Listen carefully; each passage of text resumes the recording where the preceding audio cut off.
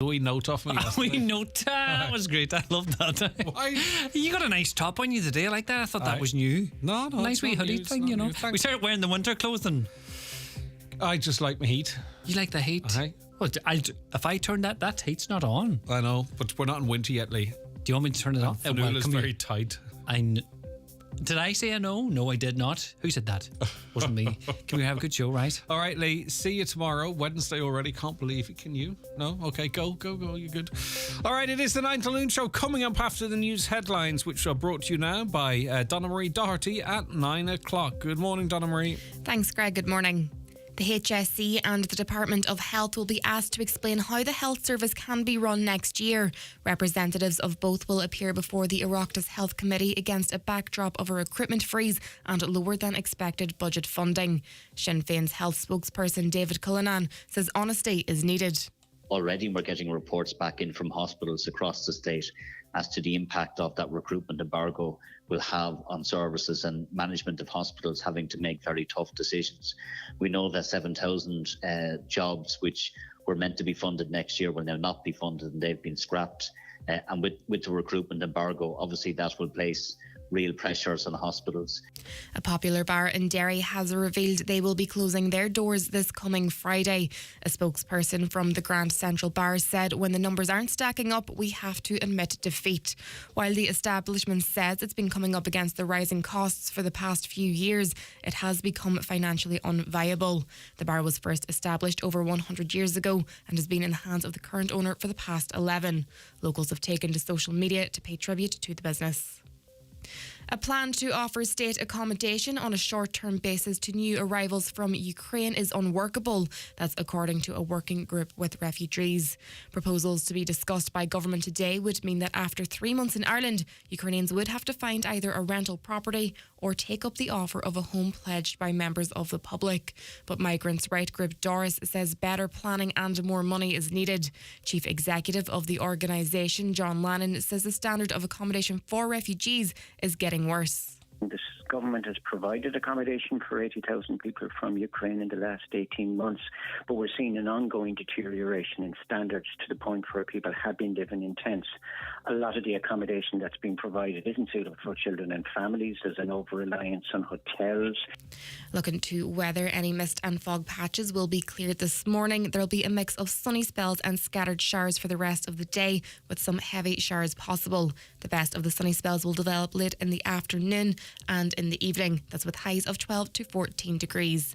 That's all for now. The next news update will be at 10 o'clock. In the meantime, keep up to date with all the latest local news on our website, highlandradio.com. From myself and the news team, good morning.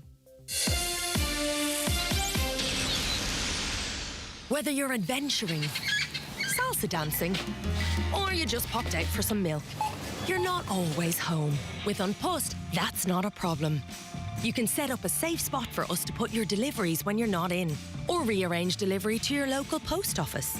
And if something's not right, you can quickly return it with a collection from your door or drop at your local post office. Online shopping, made easy with An Post. An Post, for your world. The county's #1 talk show, the 9 till noon show on Highland Radio. And now it's time for the talk of the Northwest, the 9 to noon show with Greg Hughes on Highland Radio. Hello and a very good morning to you. 3 minutes past 9. It's Tuesday, the 24th of October 2023. Very welcome along to the programme. How are you all keeping? I do hope you're well this morning across the Northwest or wherever you're listening to us today. We really appreciate you being on board and we want you involved in the chat and the conversation. 08660 25,000. That line is open now. And let me just say that the text and WhatsApp line, if you're listening to the podcast or if you're listening overnight, hopefully you get off to bed soon.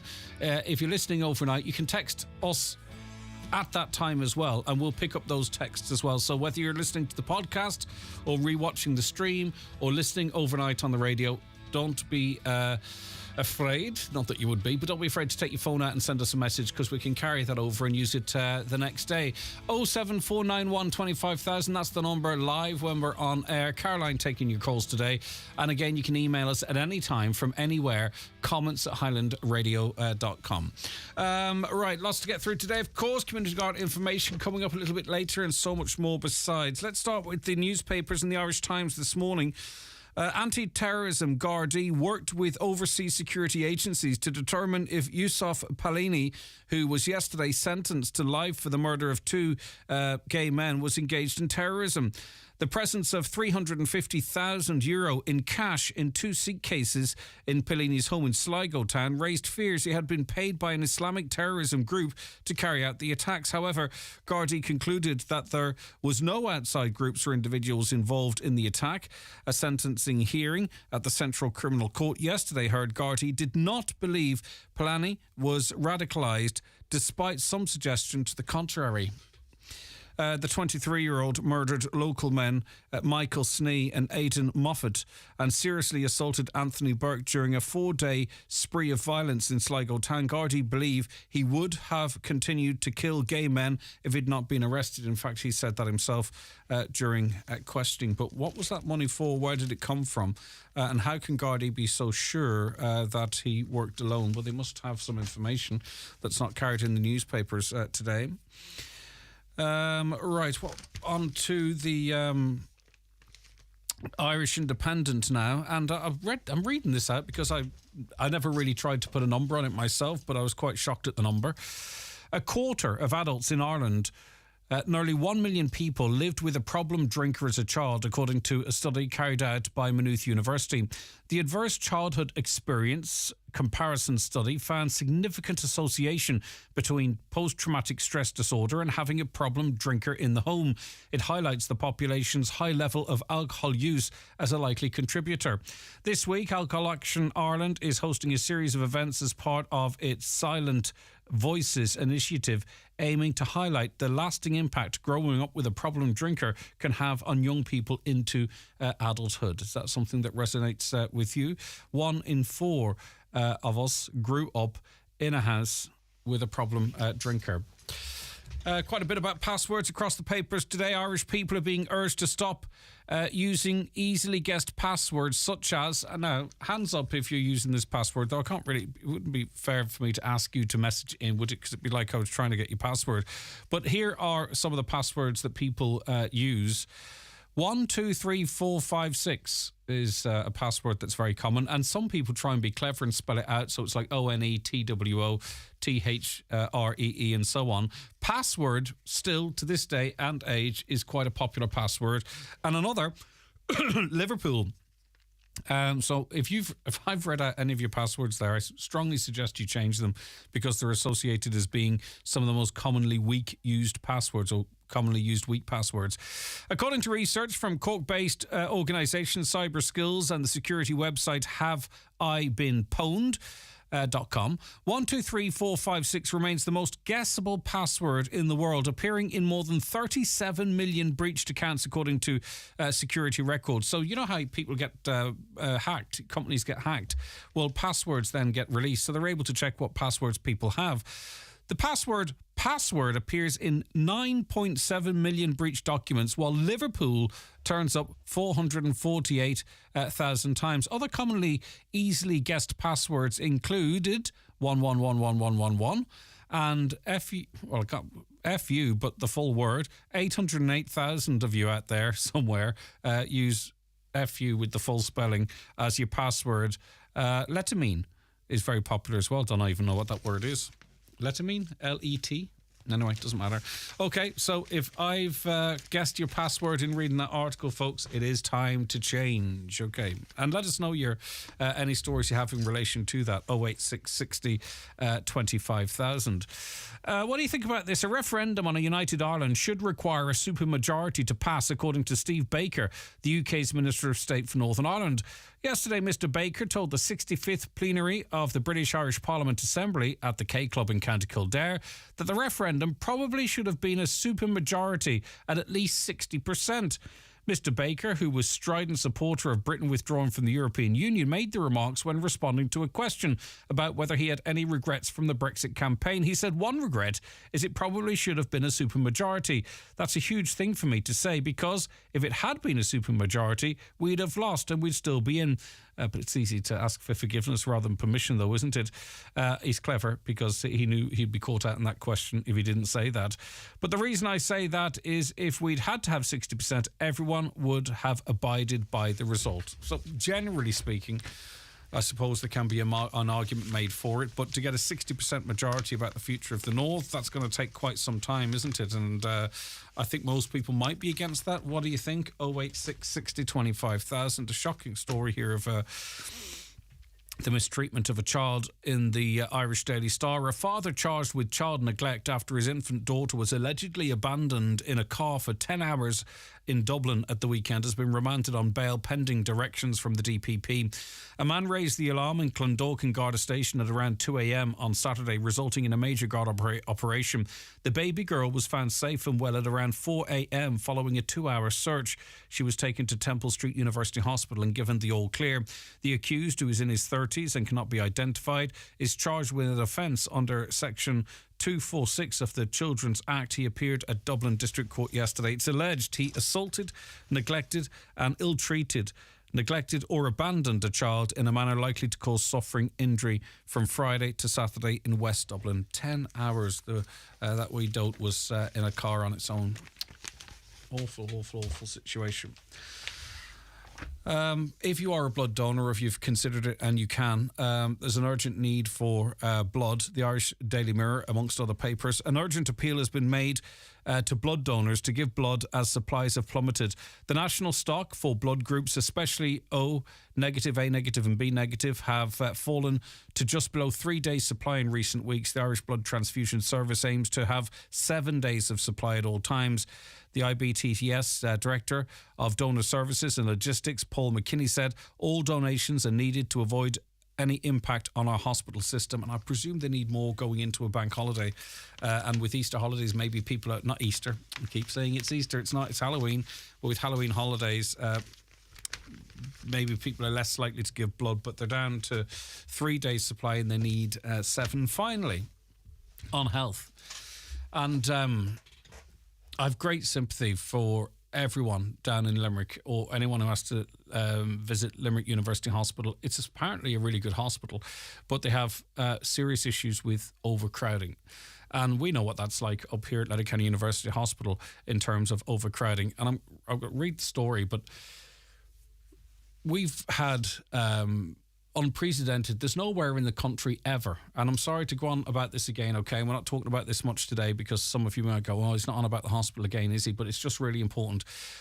Just to put into context, we've had 78 GPs, as you know at this stage, 11 consultants write letters to their manager, the manager of the hospital, the head of the CELTA group who we had on the show yesterday, the health minister, and they have said in A&E, but right across the hospital, there is a serious lack of services. They've warned of barbaric conditions.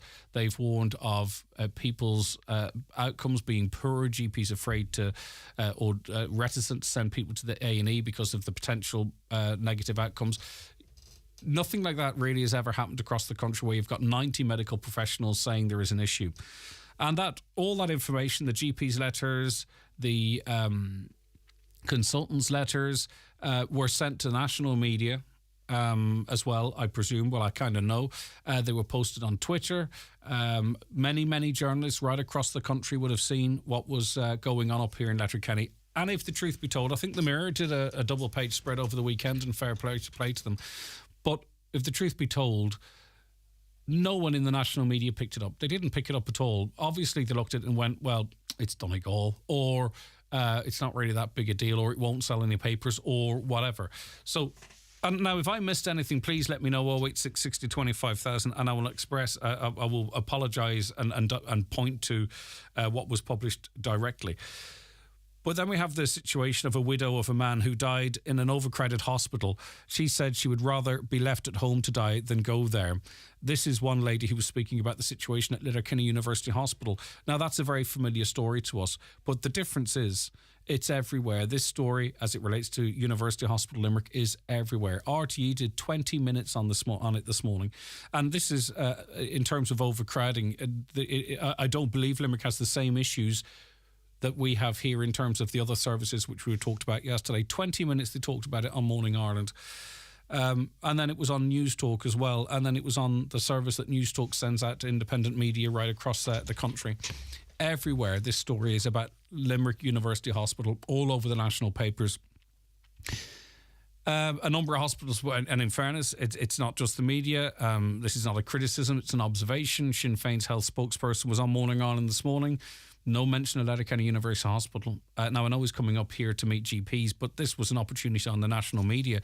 No mention of Letterkenny University Hospital. There was 5, 6, 7 other hospitals mentioned that are in crisis, and Letterkenny University Hospital was neither mentioned by the media outlet nor Sinn Féin's health spokesperson this morning. Now, I'm not saying he hasn't mentioned it in the past, but I'm just saying, even though there's been like 2 weeks of full-on can someone please listen to us up here as to the situation? And as I say, I don't begrudge Limerick and the surrounds for their issue, because wait till you see how this story rolls now. Stephen Donnelly probably will go down to Limerick before he comes up to Donegal, because it's on News Talk, it's on RTE, and it's in all the papers. Letterkenny, us up here, no one took us on really at all, except that double-page spread in the Mirror on Saturday, I believe it was. No one took us on. And the story, it's just going to drift away, isn't it? Nothing's going to change. That's how people might feel.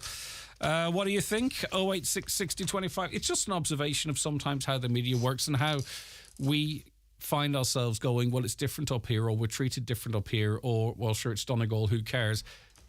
You can only sort of kind of go by what you see in the evidence, can't you? And it kind of looks like that. But as I say, maybe that's just my interpretation. Let me know what you think. 086 60 25,000. We'll be back with our first guest shortly. The newspapers are courtesy of Kelly Centra Mountaintop Letterkenny, the 2022 C-Store National Off-Licence of the Year.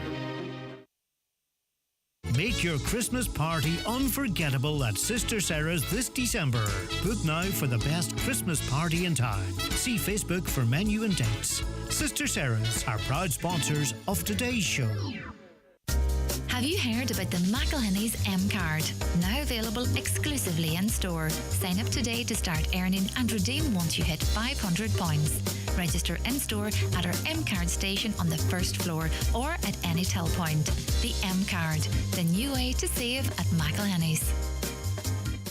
A visit to Rossview Business Park in Letterkenny is a must this weekend, where Donegal Tile Centre, together with Rossview Interiors, are having a mega 3-day sale this Thursday the 26th, Friday the 27th and Saturday the 28th. There'll be wall and floor tiles at less than half price, vanity units from €180 and freestanding baths reduced to $799. Get a massive 40% discount off real leather sofas. Corner suites are from €990, dining sets from $790, and there'll be huge savings on occasional furniture. So come along this weekend to Rossview Business Park, Letterkenny, just off the Polestar roundabout, and pick up a real bargain.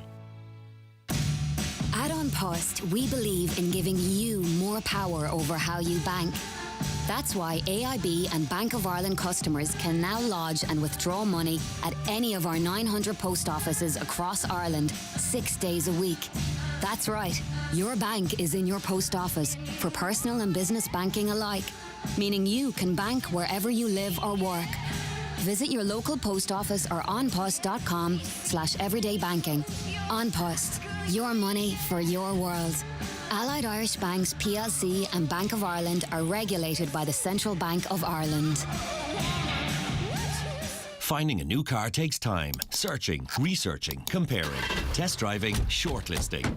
It doesn't happen overnight, but 12 days should do it. Between November 1st and 12th, the 12 Days of Ford sales event can save you up to a whopping €5,000 on the Ford Kuga, with further offers for 2024 available on Puma and Focus when you finance with Ford Options. No rush, but do get a move on. Ford, bring on tomorrow. T's and C's apply at participating dealers until November 12th. Visit Ford.ie for details. Highland Radio time checks with Expressway. Travel Route 32 from Letterkenny to Dublin when you book online and travel for less. Expressway, bringing you the time at... OK, it is just approaching 19 minutes past 9. We're joined on the programme now by author Paul Gosling. Paul, good morning to you. Thank you so much for joining us.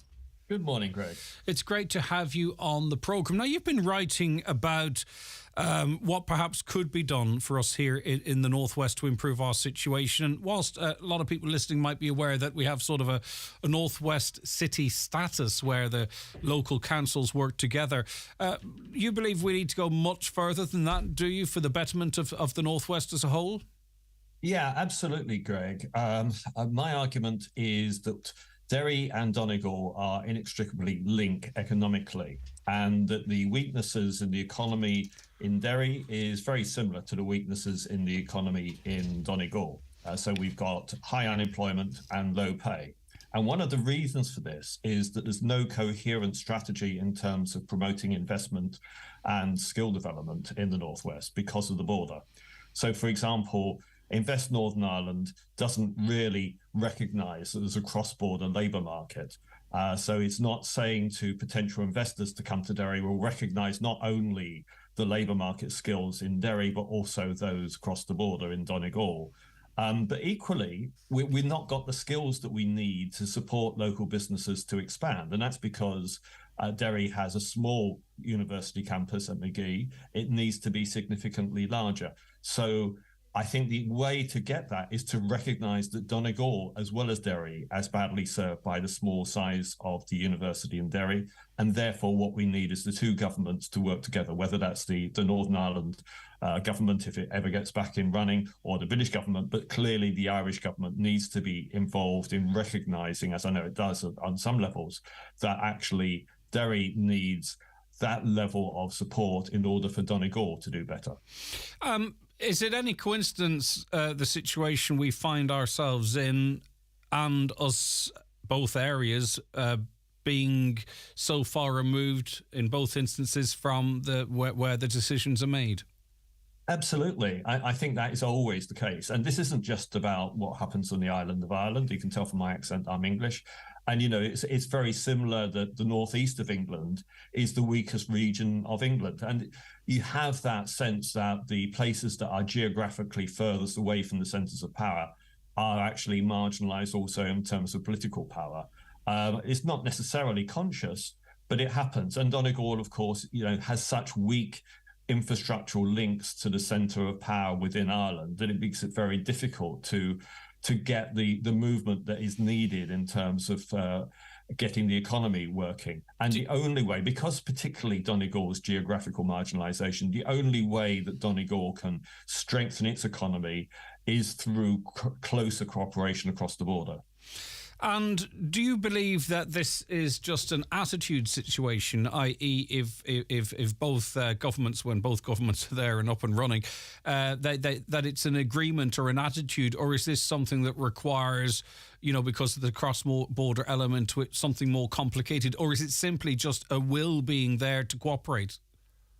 I think there's different issues on the two sides of the border. I don't think there's any political ill will towards Donegal from Dublin.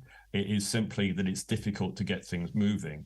In terms of the Northwest on this side of the border in Northern Ireland, yes, I think it's quite clear there's been a history of sectarian decision-making. And that sectarianism isn't just about religion, it's also about geographical location. And I think that's absolutely clear. And I've previously worked as an advisor to one of the MLAs in Northern Ireland, Sinead McLaughlin.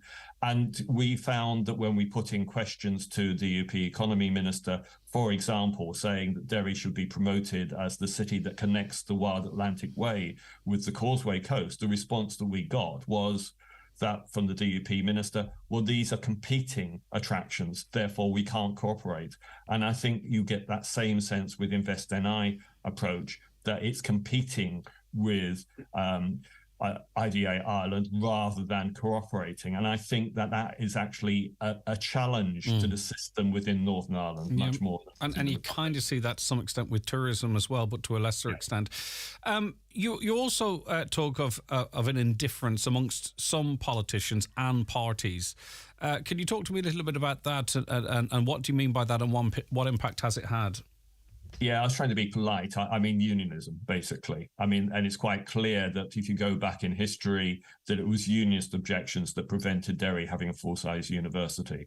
And clearly, although unionism is supportive of parts of the Northwest, for example, Coleraine, it doesn't feel that it's fully on board to me in terms of Derry. And certainly it does not want to see cooperation across the border. Now, clearly that's not true of all unionism, but there are parts of unionism and the dominant parts of unionism in historical terms in terms of government. So currently, is it the situation that, and to use the obvious example, we could have the IDA in the Republic trying to attract a business to Lifford, and we could have their counterparts in the North saying no, Strabhan's the best option, when really we should have Invest NI is, of course, when really we should have both organisations saying, have you considered this region, because you have the best of both worlds from an employment section, that the figures would look better because there'd be a bigger catchment area, I presume, and all that kind of stuff. Is it as simple as that, Paul, that we're talking?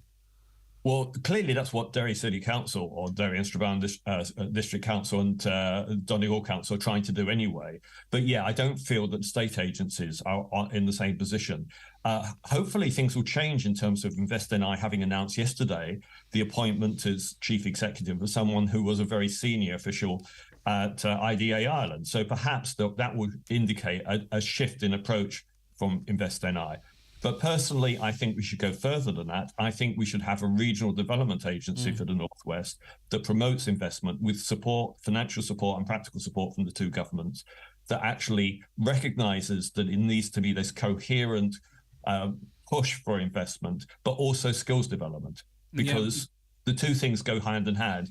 If you don't have the skills, then you don't have the economy. No, for sure. And listen, their incomes. And then you could, the further you dig into it, the more it backs up. Even in terms of education, no professors up in the north of the Republic of Ireland. Lower spend per student in the local universities. You know, it all adds up and all feeds in, I've no doubt, Paul.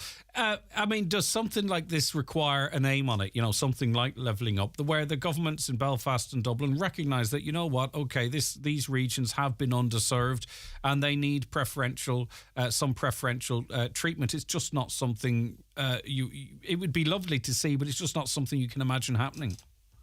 I used to do some work for one of the regional development agencies in England, and I thought they were a really good thing.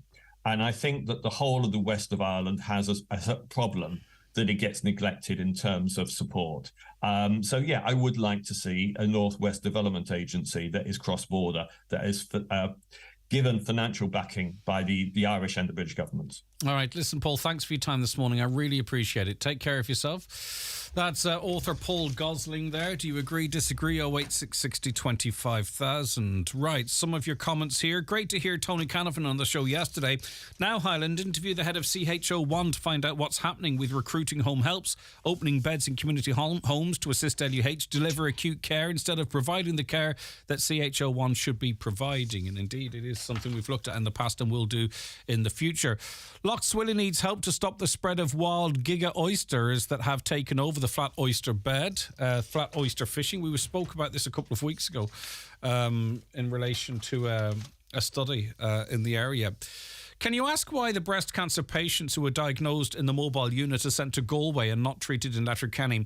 It makes the number of patients in Donegal seem low, and there's a problem with retaining professionals in Letterkenny Hospital as the figures are not reflecting true numbers. How are the positions to be filled in Letterkenny going to be filled when there's a halt on HSE recruitment? That is an issue. I did phone the waiting list. They told me they cannot do anything for me. I need a new hip and knee. I got an x-ray on my shoulder on Friday. I have a medical card. I cannot wait over 4 years to see a doctor about my hip. I got an x-ray on it in June. I was told I need a new hip. Listening to Greg and Highland talking to Tony Canavan. I work in Letterkenny University Hospital, and the problem with the hospital is the management. They haven't a clue. Unless they get rid of them, the hospital won't change. Ask anyone who works in the hospital, they'll tell you the same. Well, we asked consultants that work there, and they say that often the calls that the management make to the HSE to advance the hospital fall on deaf ears.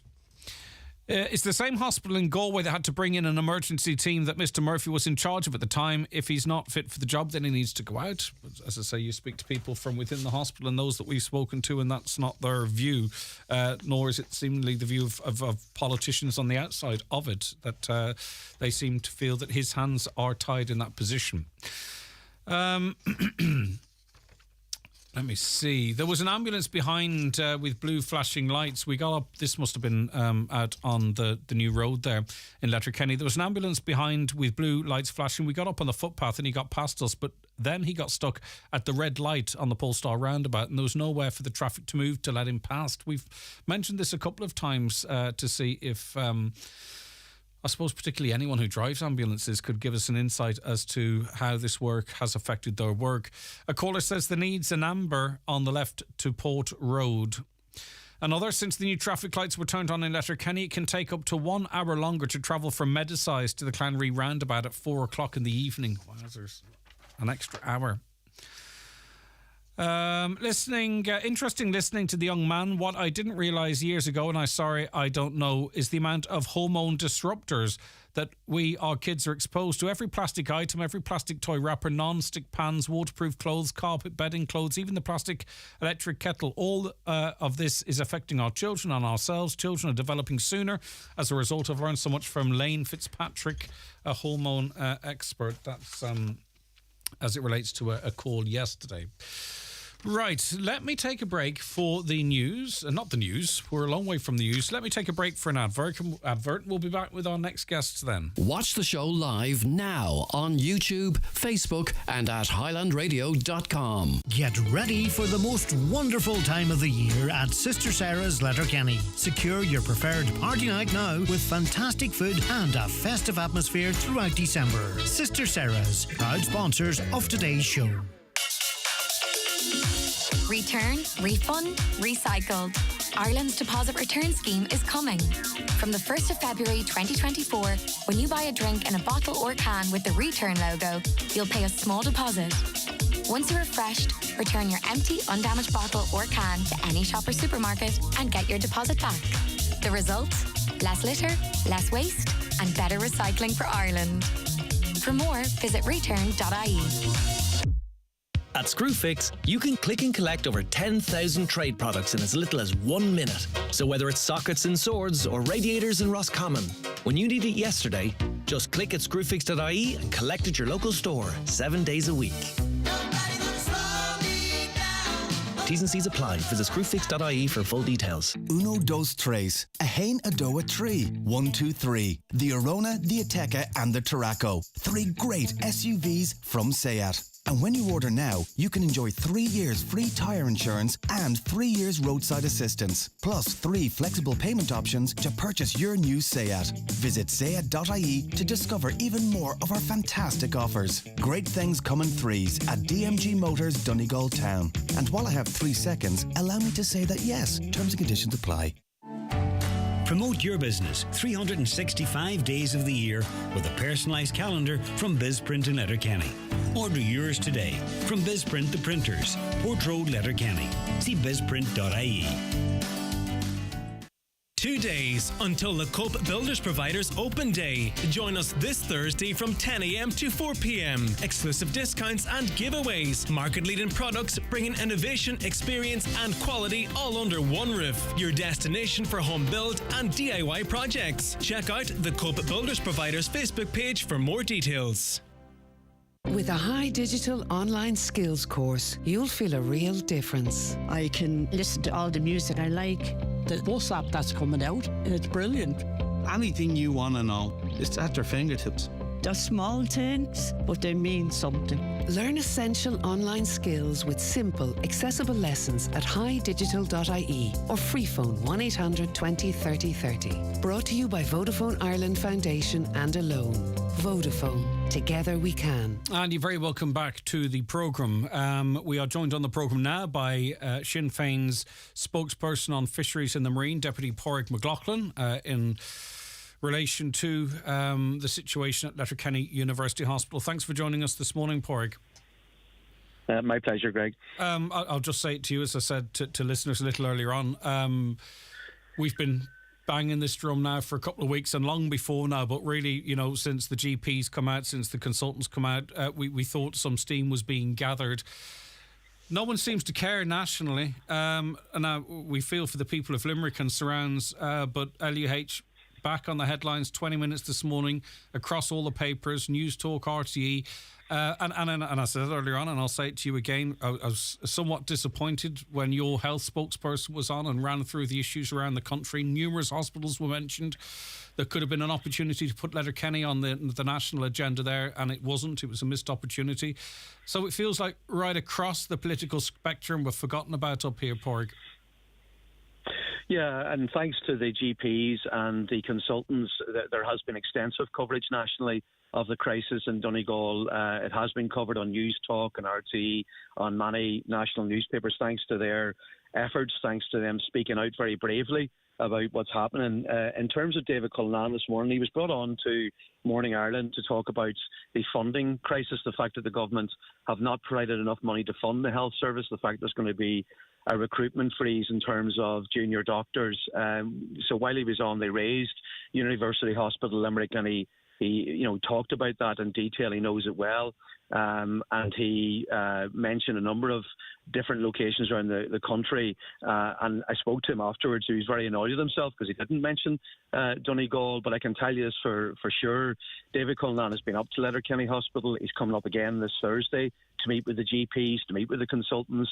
And he's very aware of the issues. He's worked with me and Pierce Doherty and the consultants, and I have no doubt following the meeting on Thursday evening, he'll be back at it again. So I have no concern about David's commitments to Donegal, and I know we're going to talk about now what needs to be done in terms of the funding of the hospital, the upgrading of the hospital. So all of that, I have no doubt, will have David's full support on. Yep, and he'll hear it firsthand himself when he's up here on Thursday, as you mentioned. As it relates to Letterkenny University Hospital, we had an extensive interview yesterday with Tony Canavan, the head of Seattle Hospital Group, who acknowledged all of the issues that were raised. But listeners off the back of that didn't feel that there's any plan. Do you know what I mean? There's no actual plan for Letterkenny University Hospital. There's no plan. It's not even the pipeline for a minor injuries clinic, for radiologists to even work remotely to assist with Letterkenny. I don't need to go through it all again. You're well aware of it, Pádraig. But whilst there's acknowledgement of the issues up here, there doesn't seem to be any plan to fix them.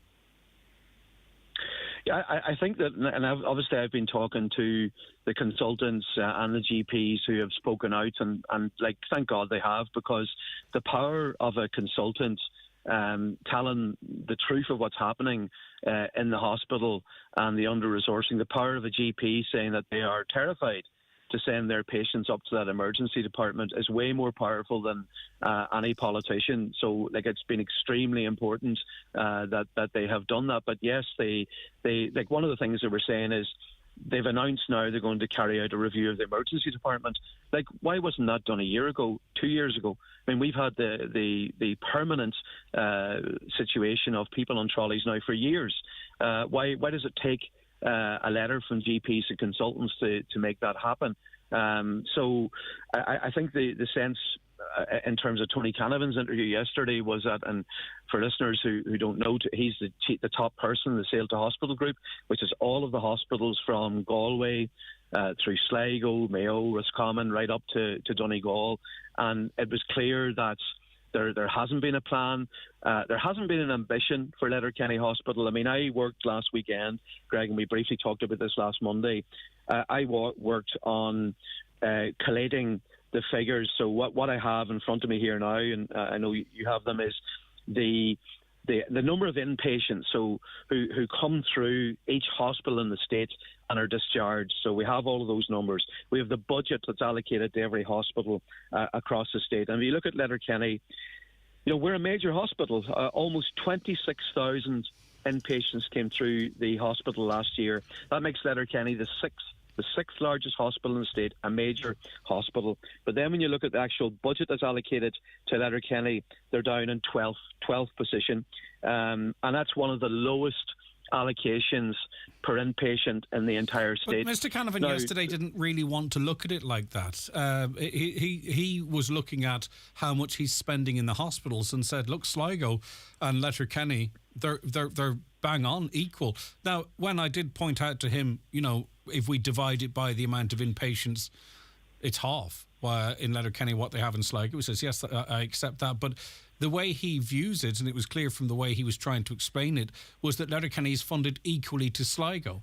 But, I mean, obviously, if you have to do more work with the same amount of money, it would be impossible not to have lesser services, presumably. Yeah, and like the reason why I've done that work last weekend, and I've done it every year, is because I've been working closely with senior people in Letterkenny Hospital who have wanted to get a sense of what the big picture is, because they knew instinctively they were being underfunded. They knew they didn't have the same resources in terms of doctors, nurses, beds as other hospitals doing comparable work, and now it's unquestionable. Now, the other problem is that Letterkenny is a Model 3 hospital, which means that it is obviously resource less than a Model 4 hospital. But if you look at that list, and you have it there, Greg, you can see that there are 5 Model 4, so St James's Hospital in Dublin, Tala Hospital in Dublin, St Vincent's Hospital Dublin, Beaumont Hospital Dublin, University Hospital Waterford. So they're all Model 4 hospitals. Letterkenny has more inpatients than all of those hospitals. But it's also it's really a Model 3.5, or it should be viewed as that, because it does work. Letterkenny does work in operations and works in areas of cancer care and what have you that other Model 3s don't. So it really should be treated, if not as a Model 4, certainly as a Model 3.5. Yeah, and every time you have consultants who have ambition in the hospital, who've tried to develop, be it orthopedics, urology, cancer care, the likes of Michael Sugrue, who's done phenomenal work in that whole area. Every time they've tried to do it, they've never been given the support of the Sailta Hospital Group, of HSE. If anything, they've been curtailed in the ambition. So you're 100% right. Letterkenny, there's 2 hospitals that stand out like a sore thumb. There's Letterkenny University Hospital, and there's Our Lady of Lourdes Hospital in Drogheda. Those 2 hospitals clearly should be Model 4 hospitals based on the area that they cover, the distance. I mean, in the case of Letterkenny, we are about 4 hours away from the nearest Pádraig, Model 4 the problem hospital. the problem is that you know, and I know, and everyone knows maybe, that the strict criteria for a Model 4 hospital exists. In other words, that it does work to a certain standard and can provide certain services to a certain standard. That is that's the problem. You see, it needs to be treated as a level 4 hospital, but because of the strict parameters to get that status and to get that funding, it's not in line with the HSE's policies of Centre of Excellence, etc.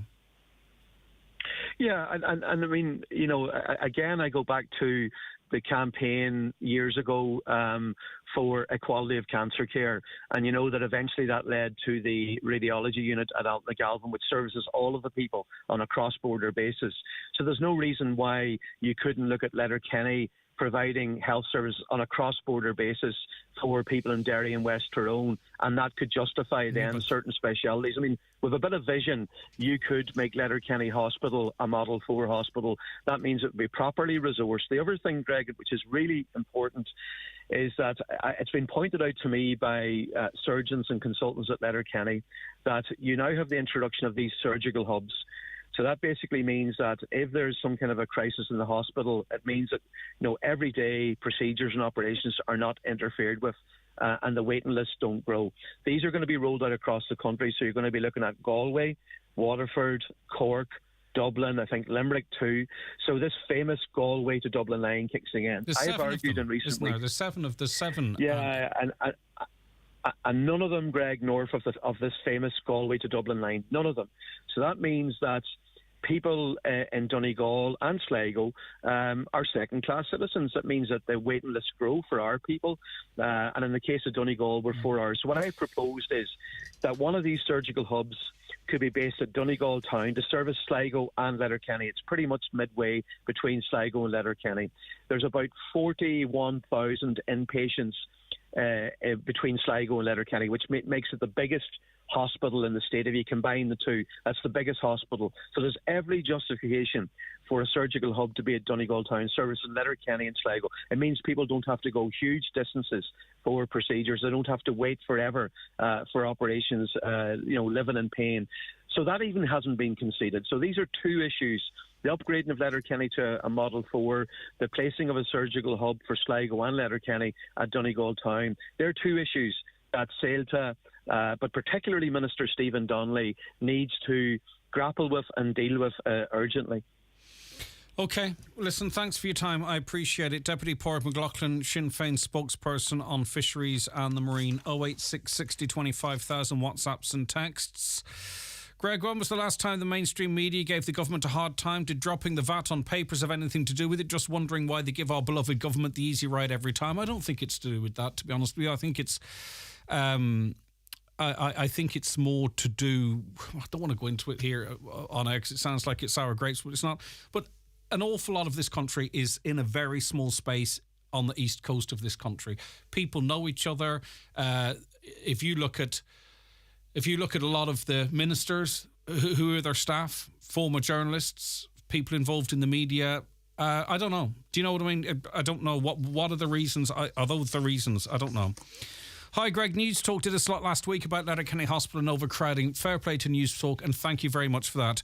Greg, more than the hospital, Sinn Féin spokesperson on health mentioned half a dozen hospitals with problems of overcrowding, etc., but left Letterkenny off the list. How could this be with two Sinn Féin TDs in this country? Well, you heard from Deputy McLaughlin there, because it did stand out a little bit to me, and I know there's a Charlie McGarvey given out to me on Facebook about it, but it did stick out to me like a sore thumb.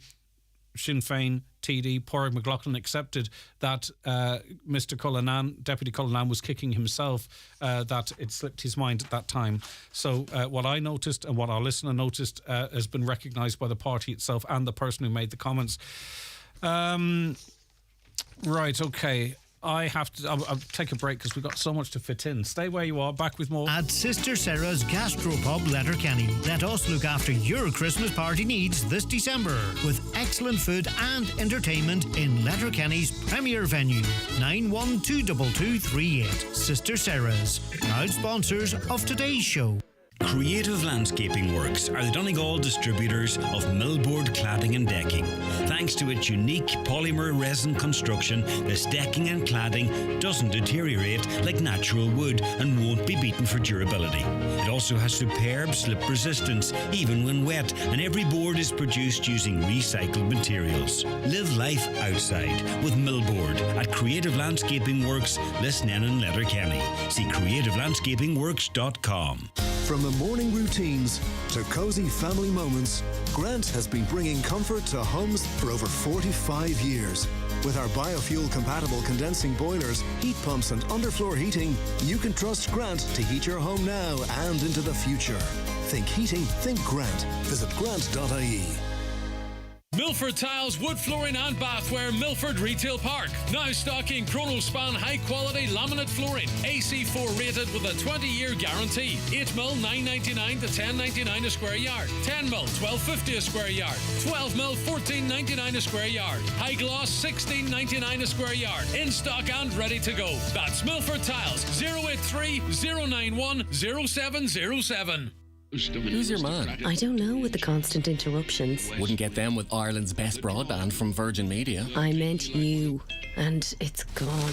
We need Virgin Media's super fast, reliable broadband. 500 meg now, just €35 a month for 12 months. Can I upgrade you too? Switch today at virginmedia.ie or call in store. Virgin Media, it's playtime. Terms and conditions apply. See virginmedia.ie. Subject to availability. Ireland's best broadband awarded by Umlaut. See virginmedia.ie/proof. At CarZone, we're serious about buying and selling cars. We know nothing about garden furniture, gym equipment, or guinea pigs. But if you want a car, we're your people. We're Ireland's trusted motoring marketplace with the quality cars, advice and tools to help you make the right purchase. CarZone.ie, a serious site for serious buyers.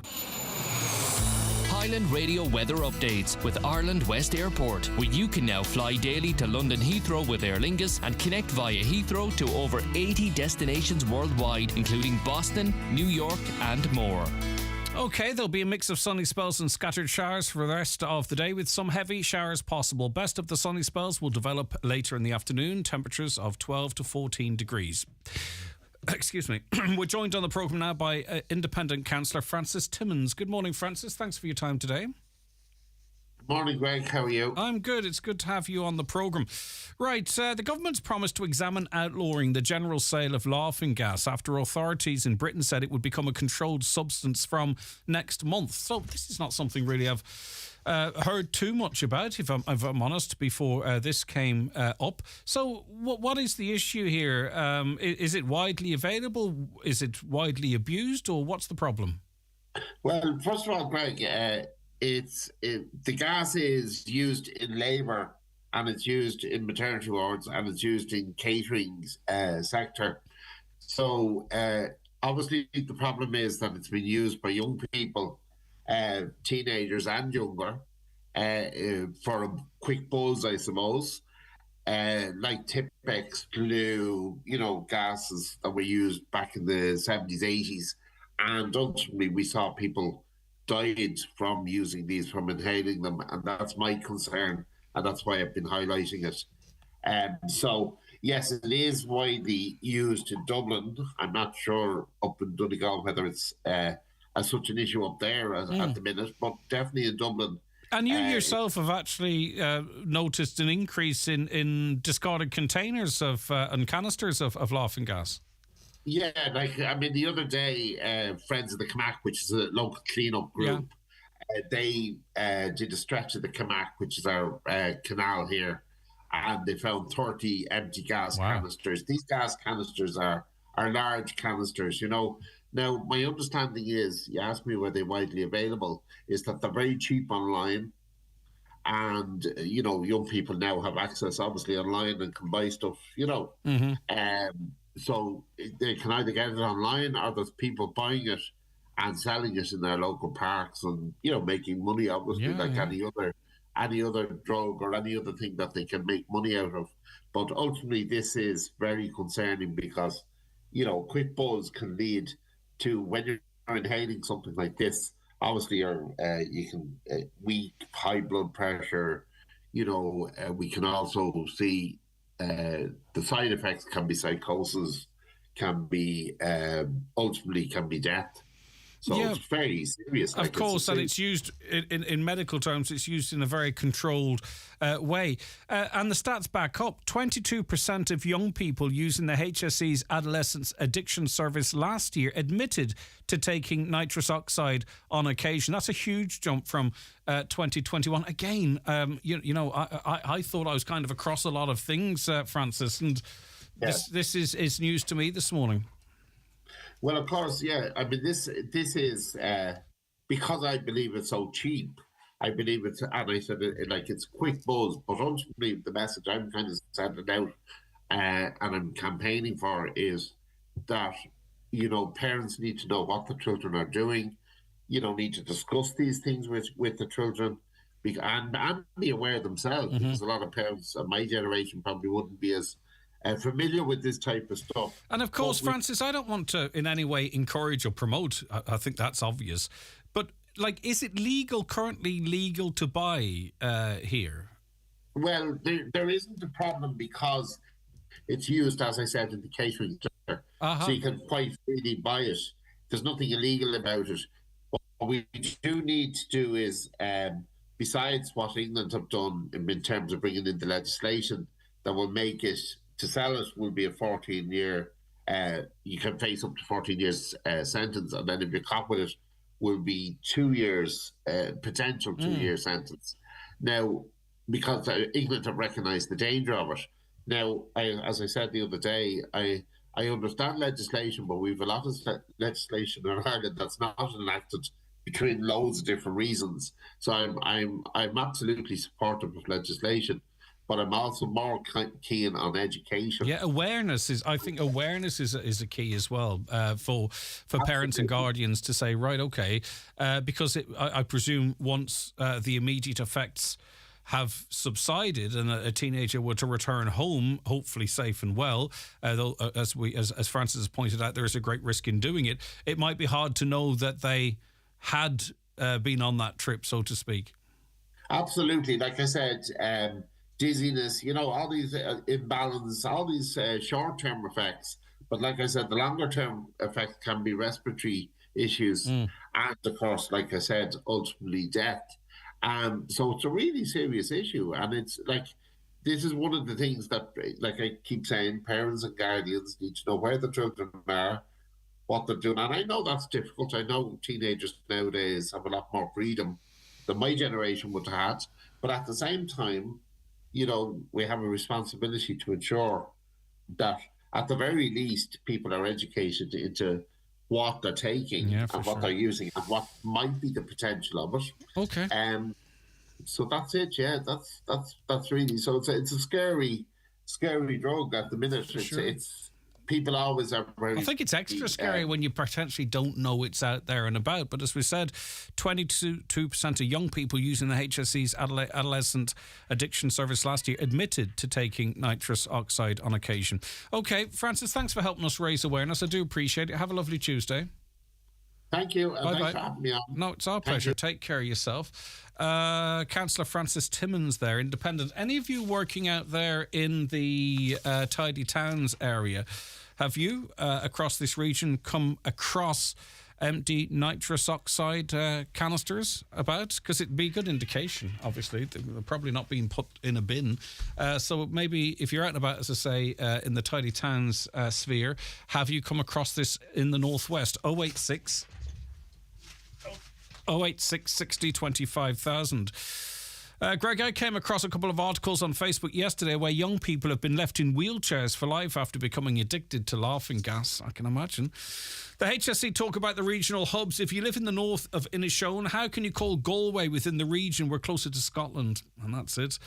What we need in Donegal is another hospital in the south of the county. Letterkenny cannot cope with the number of patients in the county, according to Bridget.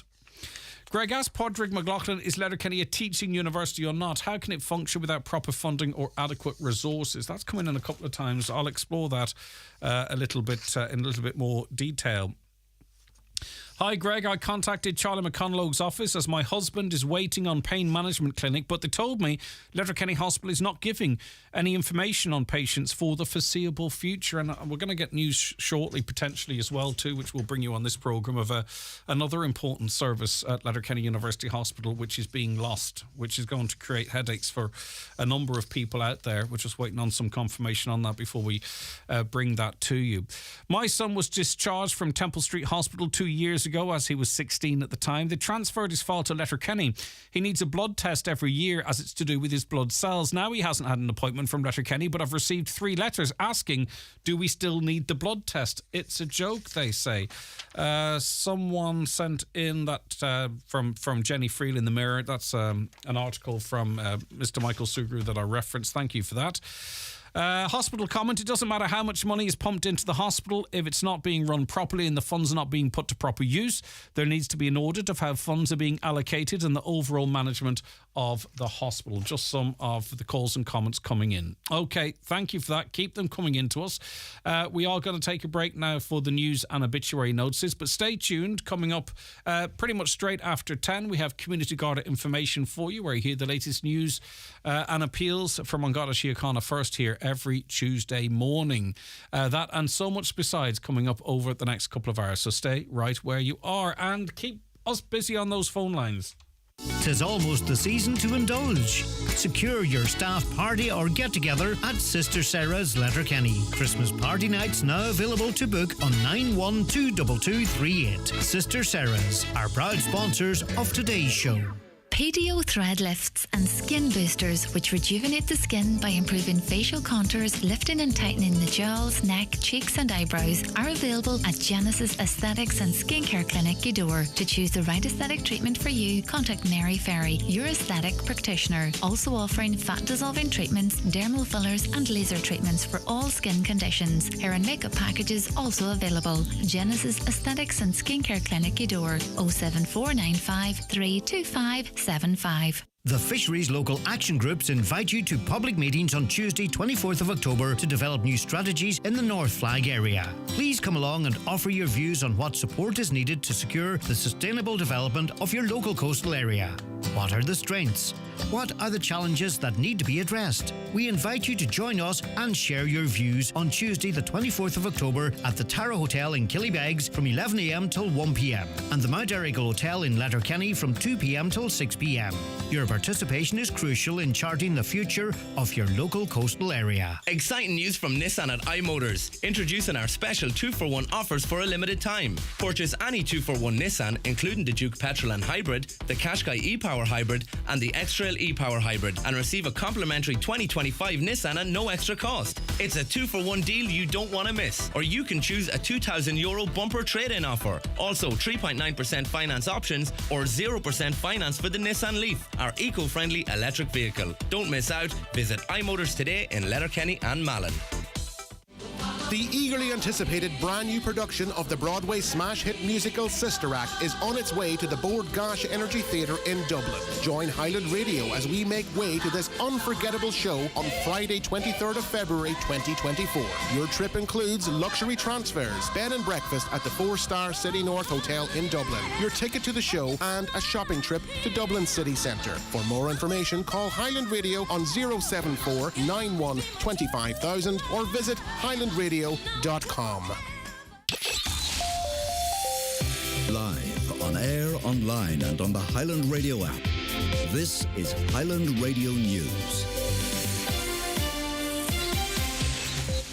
Good morning, it's Donna Marie Doherty with the news at 10 o'clock. Understanding the rules of urban warfare can help aid organisations to reach those in need in areas like Gaza. That's according to the Irish Red Cross, which is hosting the War in Cities conference in Dublin this morning. Senior officials from major charities and aid foundations will address the meeting to discuss how to best serve people who are experiencing conflict. Deirdre Garvey is the General Secretary of the Irish Red Cross and says rules of engagement have changed in recent years. We must speak out about the need to use these rules of war as being vitally important, and that helps us on the humanitarian side of things to bring the humanitarian aid to where it's most needed. A popular bar in Derry has revealed they'll be closing their doors this coming Friday. A spokesperson from the Grand Central Bar said when the numbers aren't stacking up, we have to admit defeat. While the establishment says it has been coming up against rising costs for the past few years, it has become financially unviable. The bar was first established over 100 years ago and has been in the hands of the current owner for the past 11. Locals have taken to social media to pay tribute to the business. The HSE and Department of Health will be asked to explain how the health service can be run next year. Representatives of both will appear before the Oireachtas Health Committee against a backdrop of a recruitment freeze and lower than expected budget funding. Sinn Féin's health spokesperson David Cullinan says honesty is needed. Already we're getting reports back in from hospitals across the state as to the impact of that recruitment embargo will have on services and management of hospitals having to make very tough decisions. We know that 7,000 jobs which were meant to be funded next year will now not be funded and they've been scrapped. And with the recruitment embargo, obviously that will place real pressures on hospitals. A Halloween decoration sold at Poundland has been recalled over safety concerns. The hanging decoration is made of white material with a ghost face and polystyrene ball as the head. It has sharp metal wires that are easily exposed that could potentially cause cuts. The Office for Product Safety and Standards say those who have bought the item can return it for a full refund. An image of the decoration and more details can be found on our website highlandradio.com. A Letterkenny councillor says the Disability Committee needs additional support to continue its work. Councillor Jimmy Kavanagh has called for funding to be set aside in Donegal County Council's budget for the provision of accessible services. He says just across the border in Northern Ireland, they are streets ahead in terms of the delivery of facilities. I give the example of changing places. We will have one now in Letterkenny before Christmas, hopefully. But for that, we had to access 3 different things to get that money, and there's very few of those in Donegal, those facilities, whereas Northern Ireland has over 60 changing places available. So we're playing catch up here, and there has been so much good progress made, especially on our beaches and with the number of beach wheelchairs and that we're providing now. A plan to offer state accommodation on a short-term basis to new arrivals from Ukraine is unworkable. That's according to a group working with refugees. Proposals to be discussed by government today would mean that after 3 months in Ireland, Ukrainians would have to find either a rental property or take up the offer of a home pledged by members of the public. But migrants' rights groups Doris says better planning and more money is needed. Chief Executive of the organisation, John Lannon, says the standard of accommodation for refugees is getting worse. This government has provided accommodation for 80,000 people from Ukraine in the last 18 months, but we're seeing an ongoing deterioration in standards to the point where people have been living in tents. A lot of the accommodation that's been provided isn't suitable for children and families. There's an over-reliance on hotels. Looking to weather, there will be a mix of sunny spells and scattered showers for the rest of the day, with some heavy showers possible. The best of the sunny spells will develop later in the afternoon and evening, with highs of 12 to 14 degrees. That's all for now. The next news update is at 11 o'clock. In the meantime, keep up to date with the latest local news on our website, highlandradio.com. From myself and the news team, good morning.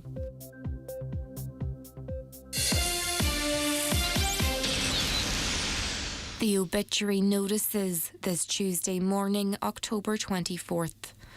The death has occurred of Joanna Given, Hillhead, Ardra. Her remains are reposing at her home today and tomorrow from 1 p.m. until 10 p.m. Funeral Mass at 12 noon on Thursday in the Church of the Holy Family, Ardra, followed by private cremation. House private please from 10 p.m. to 1 p.m. Family flowers only, please. Donations, if desired, to the Poor Farmers Association, care of Derek McCabe, funeral director, or any family member. The death has taken place of Sister Maureen Boyce, the Holy Faith Sisters, late of Downings, Donegal, California and Ireland, reposing in the Holy Faith Convent, Glasnevin, tomorrow afternoon from 3 o'clock, followed by removal to Convent Chapel at 4:30. Funeral Mass on Thursday morning at 11:30, followed by burial in the convent cemetery. The death has taken place of Anthony Tony O'Donnell, Corker Lane, Rossnowla, and formerly of Crahy Dunlow and Manchester in the UK. Tony's remains are reposing at St Patrick's Church. Requiem Mass there this morning at 11 a.m, followed by private family cremation at Lakelands Crematorium, Cavan. Tony's funeral mass can be viewed on churchservices.tv. Family flowers only, please. House private at all times. The death has taken place of Neil Doherty, Thornhill, Sligo, and formerly of Buncrana. Reposing at Sean Feelahy's funeral home, Carton Cross, Sligo, this evening from 5:30 until 7 o'clock. Mass of the Resurrection will be celebrated tomorrow morning at 11:30 in the Cathedral of the Immaculate Conception, Sligo. Funeral Mass will be streamed live via sligocathedral.ie. Burial will follow in St Patrick's Cemetery, Scarden, Strandhill Road, Sligo. Family flowers only. Donations in lieu if desired to Northwest Hospice. The death has occurred of Dennis Kelly Buddy, Stranaclay Ellis, Ballymagan, Buncrana. Dennis's remains are reposing at his home. Funeral from there tomorrow morning, leaving at 10 o'clock, going to St Mary's Church, Cockhill for Requiem Mass at 11 o'clock. Burial is afterwards in the adjoining cemetery. House strictly private from 10 p.m. until 11 a.m. Funeral can be viewed on churchservices.tv. The death has taken place of Mary McNulty, Meandeary, Falcarra. Mary's remains are reposing at her home. House private from 11 p.m. to 11 a.m. Rosary tonight at 9 o'clock. Funeral tomorrow morning at 11 o'clock in St Finian's Church, Falcarra, with burial afterwards in the adjoining cemetery. The death has taken place of Angela Carlin, formerly Boner, Nee Brothers, 11 Lissafin Park, Strabane, and formerly of New Ross, County Wexford, reposing at her home. Funeral leaving her home tomorrow morning at 9:15 for Requiem Mass in St Mary's Church, Melmount at 10 o'clock. Interment afterwards in the adjoining cemetery. Donations in lieu of flowers please to the Foyle Hospice care of Quigley Funeral Directors. Family time from 11 p.m. to 11 a.m. The Requiem Mass can be viewed live via the parish webcam. The death has taken place of Sean McKenna Kilrain Glenties and formerly of Milltown Belturbet, County Cavan. Sean's remains are reposing at his home today from 12 noon until 9 o'clock. Requiem Mass in St Connell's Church, Glenties tomorrow at 12 noon, with burial afterwards in Clare Cemetery, Donegal Town. House private to family on the morning of the funeral. Family flowers only. Donations in lieu if desired to the Donegal Hospice, care of any family member. Funeral Mass can be viewed live on churchservices.tv. The death has taken place of Jerry Ionitas of Miniller Derrybeg, formerly of Corfu, Greece. Funeral Mass today in St Mary's Church, Derrybeg at 1 o'clock, with interment afterwards in Mahragallen Cemetery. The Funeral Mass can be viewed live on Kieran Rorty Funeral Director's Facebook page. The death has taken place of Mary Harkin, Strats, Mount Carndonagh. Funeral is en route from her home, going to the Church of the Sacred Heart, Carndonagh, for Requiem Mass at 11 o'clock. Interment afterwards in the adjoining cemetery. Family flowers only, please. Donations in lieu to Friends of the Inishowen Hospice, Carndonagh, care of any family member. Funeral Mass can be viewed live on churchmedia.tv. For family information and more details regarding wakes and funerals, please go to highlandradio.com.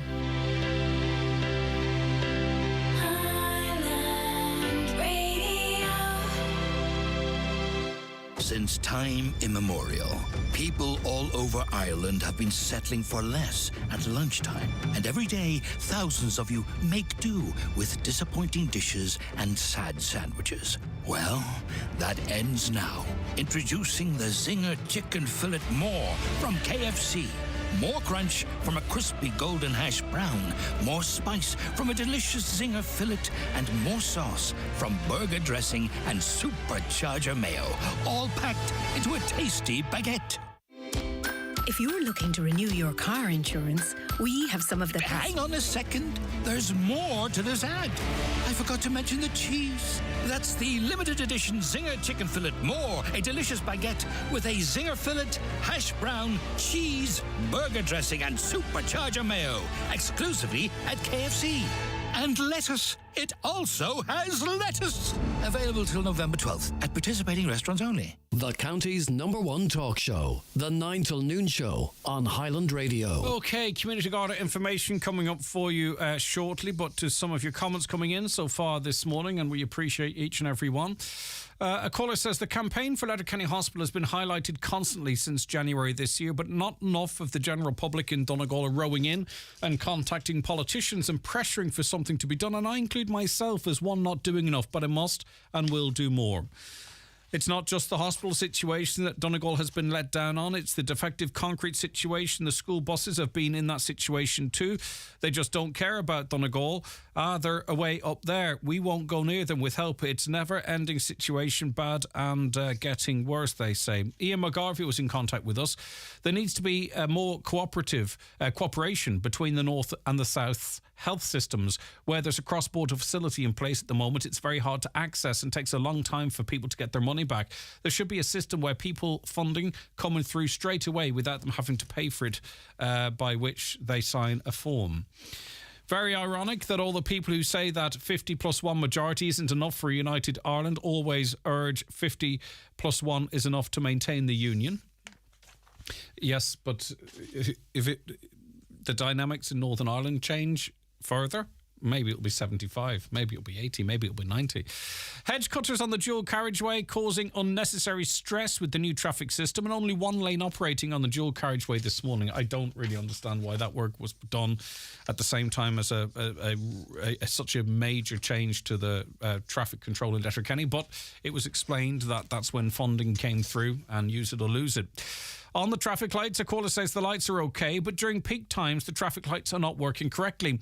Where they make the roundabout safer, they're creating bottlenecks and backlogs of traffic during rush hour. Caller says it took him 1 hour from the An Post depot to the Dry Arch roundabout with the build-up of traffic.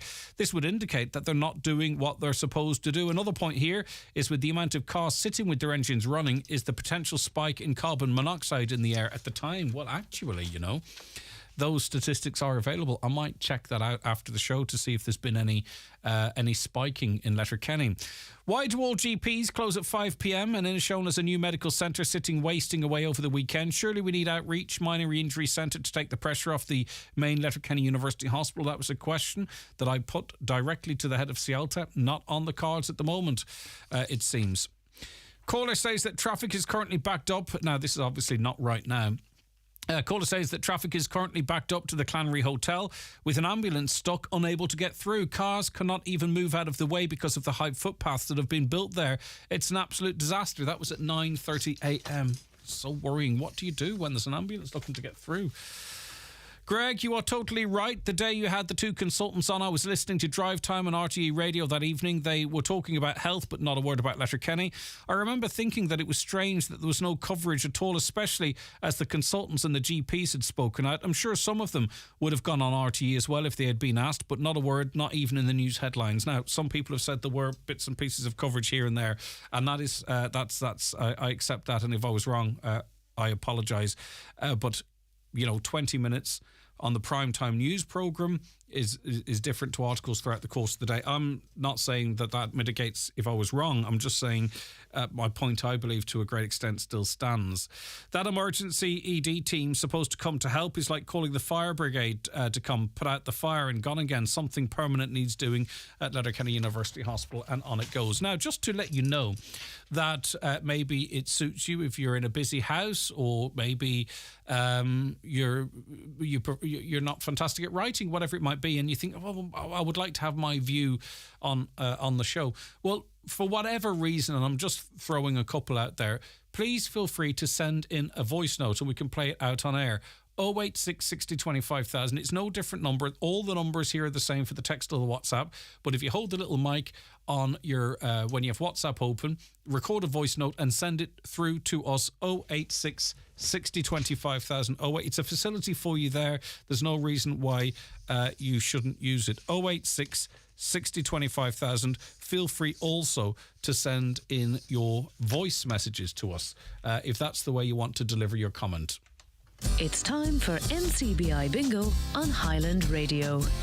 It's Tuesday the 24th of October. You're playing on the brown sheet. The reference number is S12. It's game number 43. The numbers are 29, 73, 65, 39, 43, 63, 12, 24, 9, and finally 40. Phone your claim to 9104833 before 8 tonight, leaving your name, contact number and the name of the shop where you purchased your book, and we'll call you back the next working day. Get all your NCBI bingo information at highlandradio.com. For the biggest names into perfume and aftershaves, visit McGee's Chemist Letterkenny. Dolce & Gabbana, Paco Rabanne, Carolina Herrera, Calvin Klein, Jimmy Choo and Burberry, Ariana Grande, Jean-Paul Gaultier, Vera Wang and many more. From timeless classics to celebrity favourites, there's a perfume or aftershave for everyone at McGee's Chemist Letterkenny and online at mcgees.ie. At McElhenney's, wishes do come true. You can now create your very own wish list in-store and online at mcelhenneys.com. Seen something you love? Like it, love it, heart it. Ladies, start dropping the hints now. Gentlemen, the McElhenney's team are here to help. Don't forget to share your McElhenney's wish list with Santa. Do you need a UK address? Save hundreds of euros on custom charges shopping online with Space Hub Dairy. We provide a full virtual office address mailbox service for all your business and personal use. Save your business hundreds, possibly thousands on custom charges with Space Hub Dairy. Call 048 7187 8077 for more details. prepare for the merriest time of the year at Sister Sarah's Letterkenny. Plan your unforgettable Christmas party now with fantastic food and festive fun this December. Sister Sarah's are proud sponsors of today's show.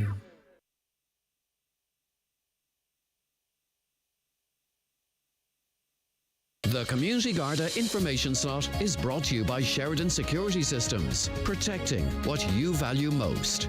Call today and get your zero-wire alarm system from €299. Sheridan Security, 91-26025. You're welcome back to the programme. It is Tuesday, the 24th of October 2023, and it's time for the latest edition of Community Garda information. And we're joined in studio this week by Garda Sergeant Charlene Anderson from the Buncrana Garda Station. Good morning, Charlene. Thanks so much for calling down.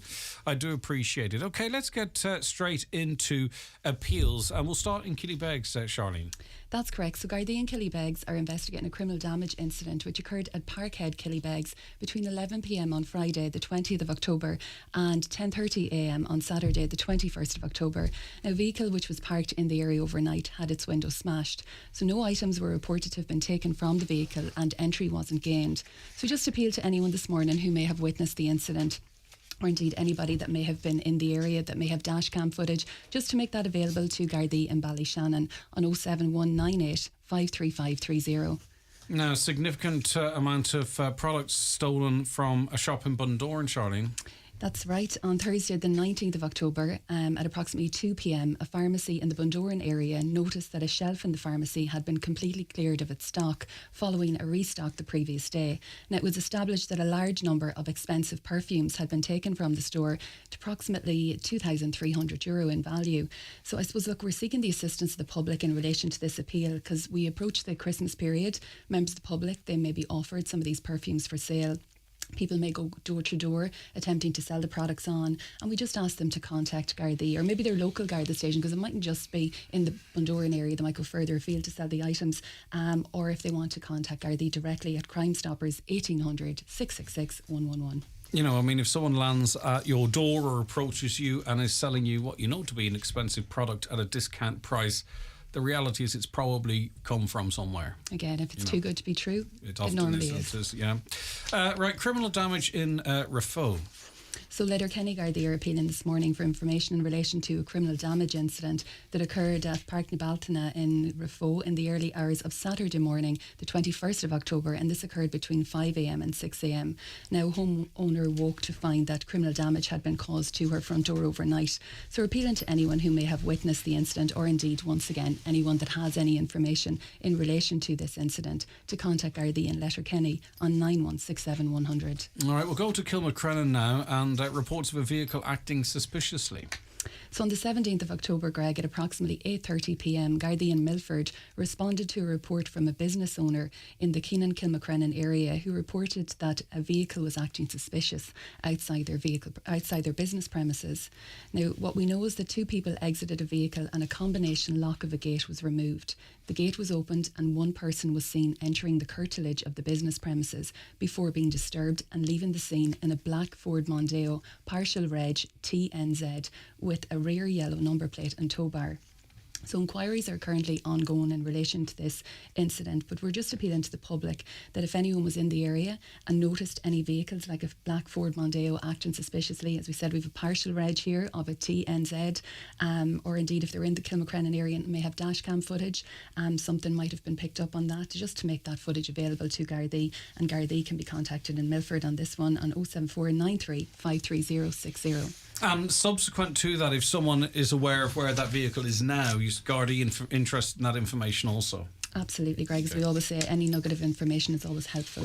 All right, this is sort of a dual situation. It is an appeal, but also an advisory for business shop owners. That's correct, Greg. So on the 18th of October, Gardaí in Letterkenny became aware of an incident because they received a report from local business premises that a female had entered the store and placed 3 items into a plastic bag that she had in her possession. She then proceeded to the counter and sought a refund from the shop assistant for those items. Now, the shop assistant went to locate the manager and the female left the store with the items and without paying for them. So look, it's a warning for business owners of this type of scam. And again, we're coming up to a busy period, the Christmas period. So we're just asking business owners to be vigilant and to report such incidents to Gardaí. These types of like distraction theft and return fraud incidents, we do see them on the increase on the approach to the Christmas period. Yeah, and as well too, I suppose, because we are coming into a busier period, it's possible that extra staff are being recruited who may not be familiar with the day-to-day runnings of stuff, and I suppose to give them the best chance, you need to be advising and educating new staff and current staff, of course, about these types of scams which are ongoing, as we know. Absolutely, and that's all just about getting that information out there. Yeah, for sure. And any businesses, I know they can contact Garda Sergeant Paul Wallace if they ever need any specific advice on such matters. Okay, theft of farm machinery, Charlene. I believe this was a question maybe that was posed last week. Just a listener wanted some advice in relation to it. And again, this type of crimes that become prevalent in spring and in autumn. So I suppose we're just reiterating the advice that we always give. Like predominantly, it's trailers that are stolen from, farms.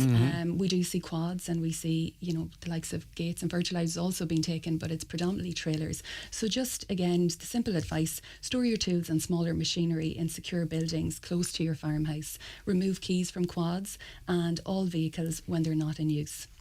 Photograph machinery and tools and keep a detailed record to make serial numbers and colours available. In the event that they are stolen, then we'll have a correct record of what they are.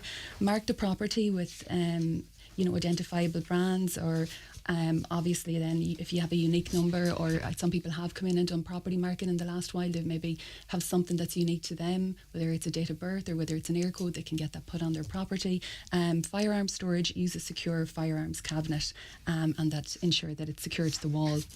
Restrict access to your farmyard by installing gates and also CCTV, having that installed, and of course good lighting around your house or your farmyard. And if there is like a community alert group in your area, perhaps consider joining up to one of those. Yeah, for sure, because some people will be the victims of these crimes, unfortunately, so it's a bit of advanced warning to try and make sure it's not you. People already being harangued with fireworks. We had an appeal there a couple of weeks ago, a horrible situation where a lit firework was put through the front door of someone's property. And so the potential for injury there is shocking. And the use of and possession of fireworks without a licence is a very serious crime. But more generally, just to remind people of that warning, Charlene. Yeah, so igniting any illegal firework, throwing an ignited firework at a person or property, or possession of illegal fireworks with intent to sale or supply, they're all offences, and they carry up to €10,000 of a fine and 5 years imprisonment. But also fireworks cause significant stress to vulnerable people in our community, also to elderly people and people with sensory issues. So it's just to be mindful of that. I suppose they're the things when you're young you don't think about. It's something I certainly didn't think about anyways until I got older. But they can cause stress and great harm too to pets and that.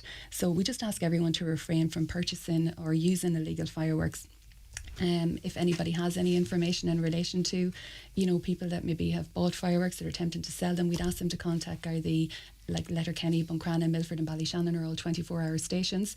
And again, after the programme, those numbers will be on our page. Yeah, okay. And again, we know, because unfortunately these things happen, there will be people presenting to Letterkenny University Hospital with potentially very serious injuries, damage to the eyes, loss of fingers. It happens every year. Let's hope it doesn't happen this year. We're heading into a bank holiday, and we've seen that there's a potential for new rules that might increase penalty points over bank holiday weekends. And the reason for that is that we do see, and unfortunately we're seeing, a consistent level of fatality on our roads, but we can tend to see a peak over bank holiday periods, and that's why in the approach to a bank holiday often, Charlene, we have a specific warning from you guys.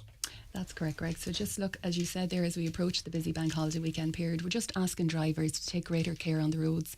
To date, 155 people have been killed on Irish roads, and that's up on 37 as this period last year. So we're just once again just ask people, slow down. Never drive whilst under the influence of alcohol or drugs. Don't use your phone whilst driving, or drive whilst you're tired. And that's a big one that we're seeing. So, and always ensure that you and everyone in your vehicle is wearing a seatbelt. So look, I suppose we all need to examine our driver behaviour and ensure that we're not doing anything that's contributing to serious or fatal road traffic collisions. Like, road safety is everyone's responsibility.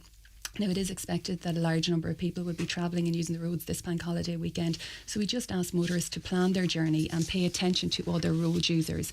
We do want everyone to have a safe and enjoyable bank holiday weekend, and simply remember that every decision that you make on the road counts. People that are going out socialising this weekend, Greg, we just urge them to leave their car at home, plan ahead, maybe book a taxi or organise a designated driver. And the same applies to if you are going walking this weekend, particularly in rural areas or in areas where there is no street lighting. Wear something high, that you're visible, high visibility jackets, something like that. Be safe and be seen out there. And also this weekend, I suppose we're coming into Halloween as well. Kids are going to be out and about. They're going to be on the roads. They're going to be trick-or-treating. And that's, I suppose, something else that we kind of don't think about until it's too late. So for them, there's glow sticks that you can buy. If you call into a Garda station, you can get some of the smaller high visibility jackets that you could put on them.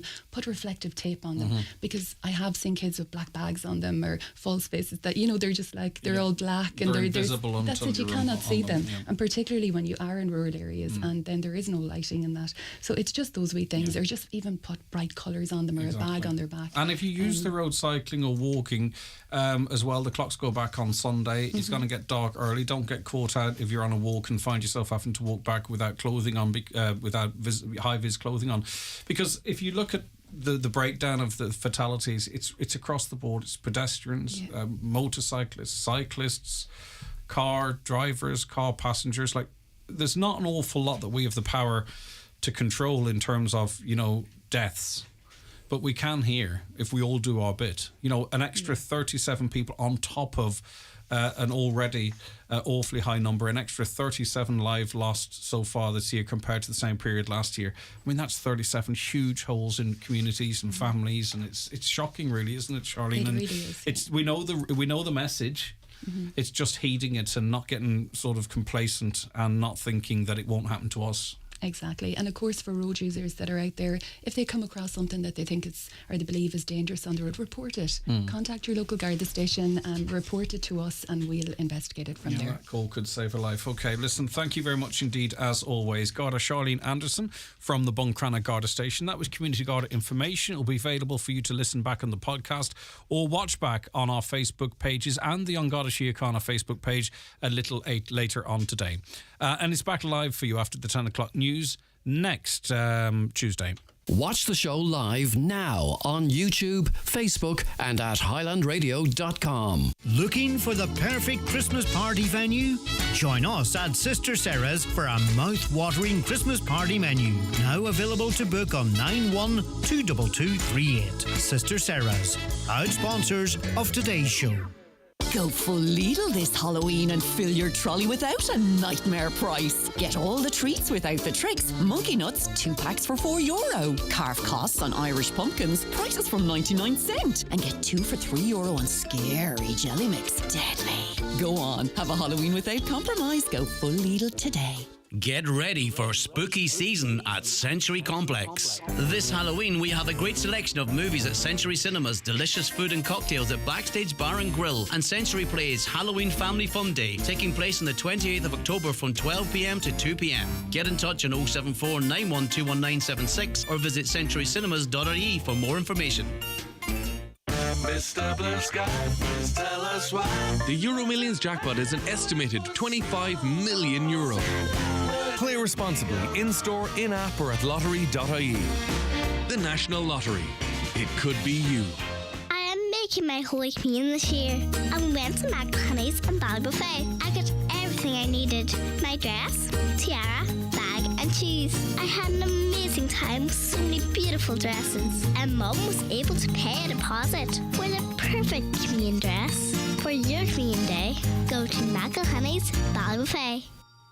Hi, Kate Appleby here. Just wanted to let you all know my exciting new autumn shoe collection is available nationwide in all good shoe stores. KateAppleby.com. Hope you enjoy my shoes. Join Margot, Philomena Begley, John McNichol, Donna Taggart and Mark Roberts at Knock Basilica on Friday the 1st of December for a Christmas spectacular in aid of victim assistance, an Irish charity supporting all victims of crime and trauma in Ireland. Get your tickets now from ticketmaster.ie. Price €30 plus handling fee. We're all going on holiday! How would you like to go on the holiday of a lifetime? Then why not join us for the Highland Radio Hoolie in sunny Salou? Spend 7 nights in the sun with some of Ireland's top entertainers, including Robert Mazzell, Jim Devine, Margot, Claudia Buckley, and many more, with live music all day, every day. Staying in the beautiful 4-star Sol Costa Jurata Hotel, this is a trip not to be missed. Book now by calling Country Music Tours on 074 9119 955 or email info@countrymusictours.ie. We'll see you in sunny Salou. Okay, we're joined on the programme now by TV chef Donal Skehan, who's got his 11th book out now. It's called Home Kitchen. Can you hear me okay, Donal? I can. Can you hear me? Loud and clear. Good morning to you. Okay, Good Donal, morning. congratulations on your 11th book. Great achievement. This one's described as a little bit more personal. Yes, it's a bit of a story of coming home. We were living in Los Angeles for 5 years and we moved home at the beginning of the pandemic. And in lots of ways, for a long time, we've been searching for home and getting back to Ireland. And, you know, in lots of ways, this is the companion of you know, our young family, and it hopefully serves a purpose for a lot of other families out there. It's you know, a collection of recipes that serves weekday rushes, you know, your weekend feast, the classics that you need to get you through the week. But ultimately, yes, it's a story of what home kitchen means to me, and hopefully it'll serve a purpose for other people as well. But yeah, we've only this year just bought our first home, and we're back in Ireland for good, I think. I thought you were about to say only this year we bought our first air fryer. Do you embrace the air fryer? I had to stop talking about air fryers on this programme because I think listeners thought I had some sort of an issue with them, because I was an early adopter and now I've got my Ninja next to my air oven because I believe that one is good for cooking certain things and the other for other things. Do you feature air fryers in your book? I blame Nathan from Board of Lunch for being. I never knew the Northern Irish air fryer would be air fryer, right? The air fryer. So I absolutely he's convinced me that this is the way forward. And yeah, we featured it in the new TV show. It's in the new book. And I mean, look, I think I'm always going to be a lover of the classics. A good casserole pot is, you know, and the oven is never going to replace the air fryer. But what I will say about them is that they are a convenience, just like the microwave is a convenience. They're the kind of thing that I think a lot of people have embraced because of that fact that it's convenience. You know, even when I'm meal prep, we've got 2 young boys. We've got a 5-year-old and a 3-year-old. So anything that can help me get the dinner to the table a little bit quicker is a plus in my book. So the air fryer comes in quite handy. We use it for simple things like, you know, you can char grill, you know, broccoli in a short space of time. You can do sweet potato chips, easy things that are the building blocks of weekday meals or even on the weekend. So I do see the value in it. However, it won't replace the classic oven and the old pan. Of course it won't, but in a way, like, you know, obviously, you know, you use less fat and all, but because we're all getting so conscious of our bills, you know, why wait 20 minutes to heat a huge oven? And then, you know, but as you say, the oven, you have to lean on it from time to time. It'll never go away. Now, in terms of I think you want this to be really accessible. I know you do anyway, but in terms of, like, you can get this book and people can cook lovely food that has sort of a restaurant feel to it. I think sometimes people are scared off by the names of things, right? So sheet pan sticky Korean popcorn chicken with rice and slaw, right? I might go, oh no, I can't make that. Are you? No, yeah, exactly. But then it's your job, isn't it? Say, no, you can have fancy sounding, delicious. I'm really letting people know who I am here. Delicious food, but you can make it at home, and here's how. Look, I think my job in the last kind of 10 years, I've been really clear about that. I've always looked at recipes and how to kind of make them accessible. So there's not too many ingredients. They're simple to do.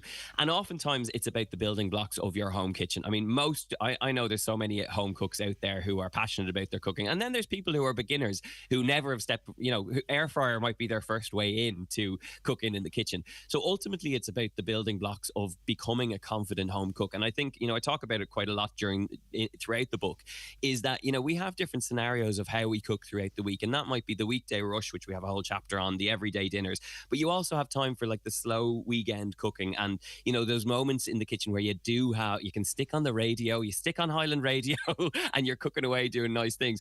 But ultimately, even a long-winded sounding title like that, their store cupboard pantry ingredients, sriracha sauce is probably, a hot sauce like that. You might only use a tablespoon of it, but it's going to keep for ages in your store cupboard. Soy sauce, you buy the big bottles. And again, you're only using a tablespoon here, a tablespoon there. But they are the building blocks of really great meals. And my biggest thing with my recipes has always been, number one, that they're accessible, but number two, that there's a huge payoff at the end. So if you're going to go to the effort, even if you're a new cook, you're going to go to the effort of making the recipe, you're going to get that payoff at the end. You're going to sit down with something that's absolutely delicious and worth your while of actually getting into the kitchen and making it. So I do see that as a big job as part of the recipes we put together. So it might be a long-winded recipe title, but ultimately you're going to come and sit down. And I often say, break down that recipe into your protein, your carbohydrate, and your vegetable. Like I said, we have 2 young kids. I'm always trying to make sure we have the balanced meals as much as possible. So you're looking at it from that perspective. And what I like to do is just sprinkle in those little elements that make them exciting and that make them a little bit different. There's a recipe for like popcorn chicken that has cornflakes. I mean, like everyone has fucking cornflakes. So it is that idea that you can take something and really use it to elevate. And what about if those hot Doritos? Could you switch out the cornflakes for the hot Doritos? I know I've been in America, but you can't be leading me down that path now. Why not? Come on. They're everywhere. What do you want, flaming hot Cheetos on your chicken? Is that what we're Why going not? for?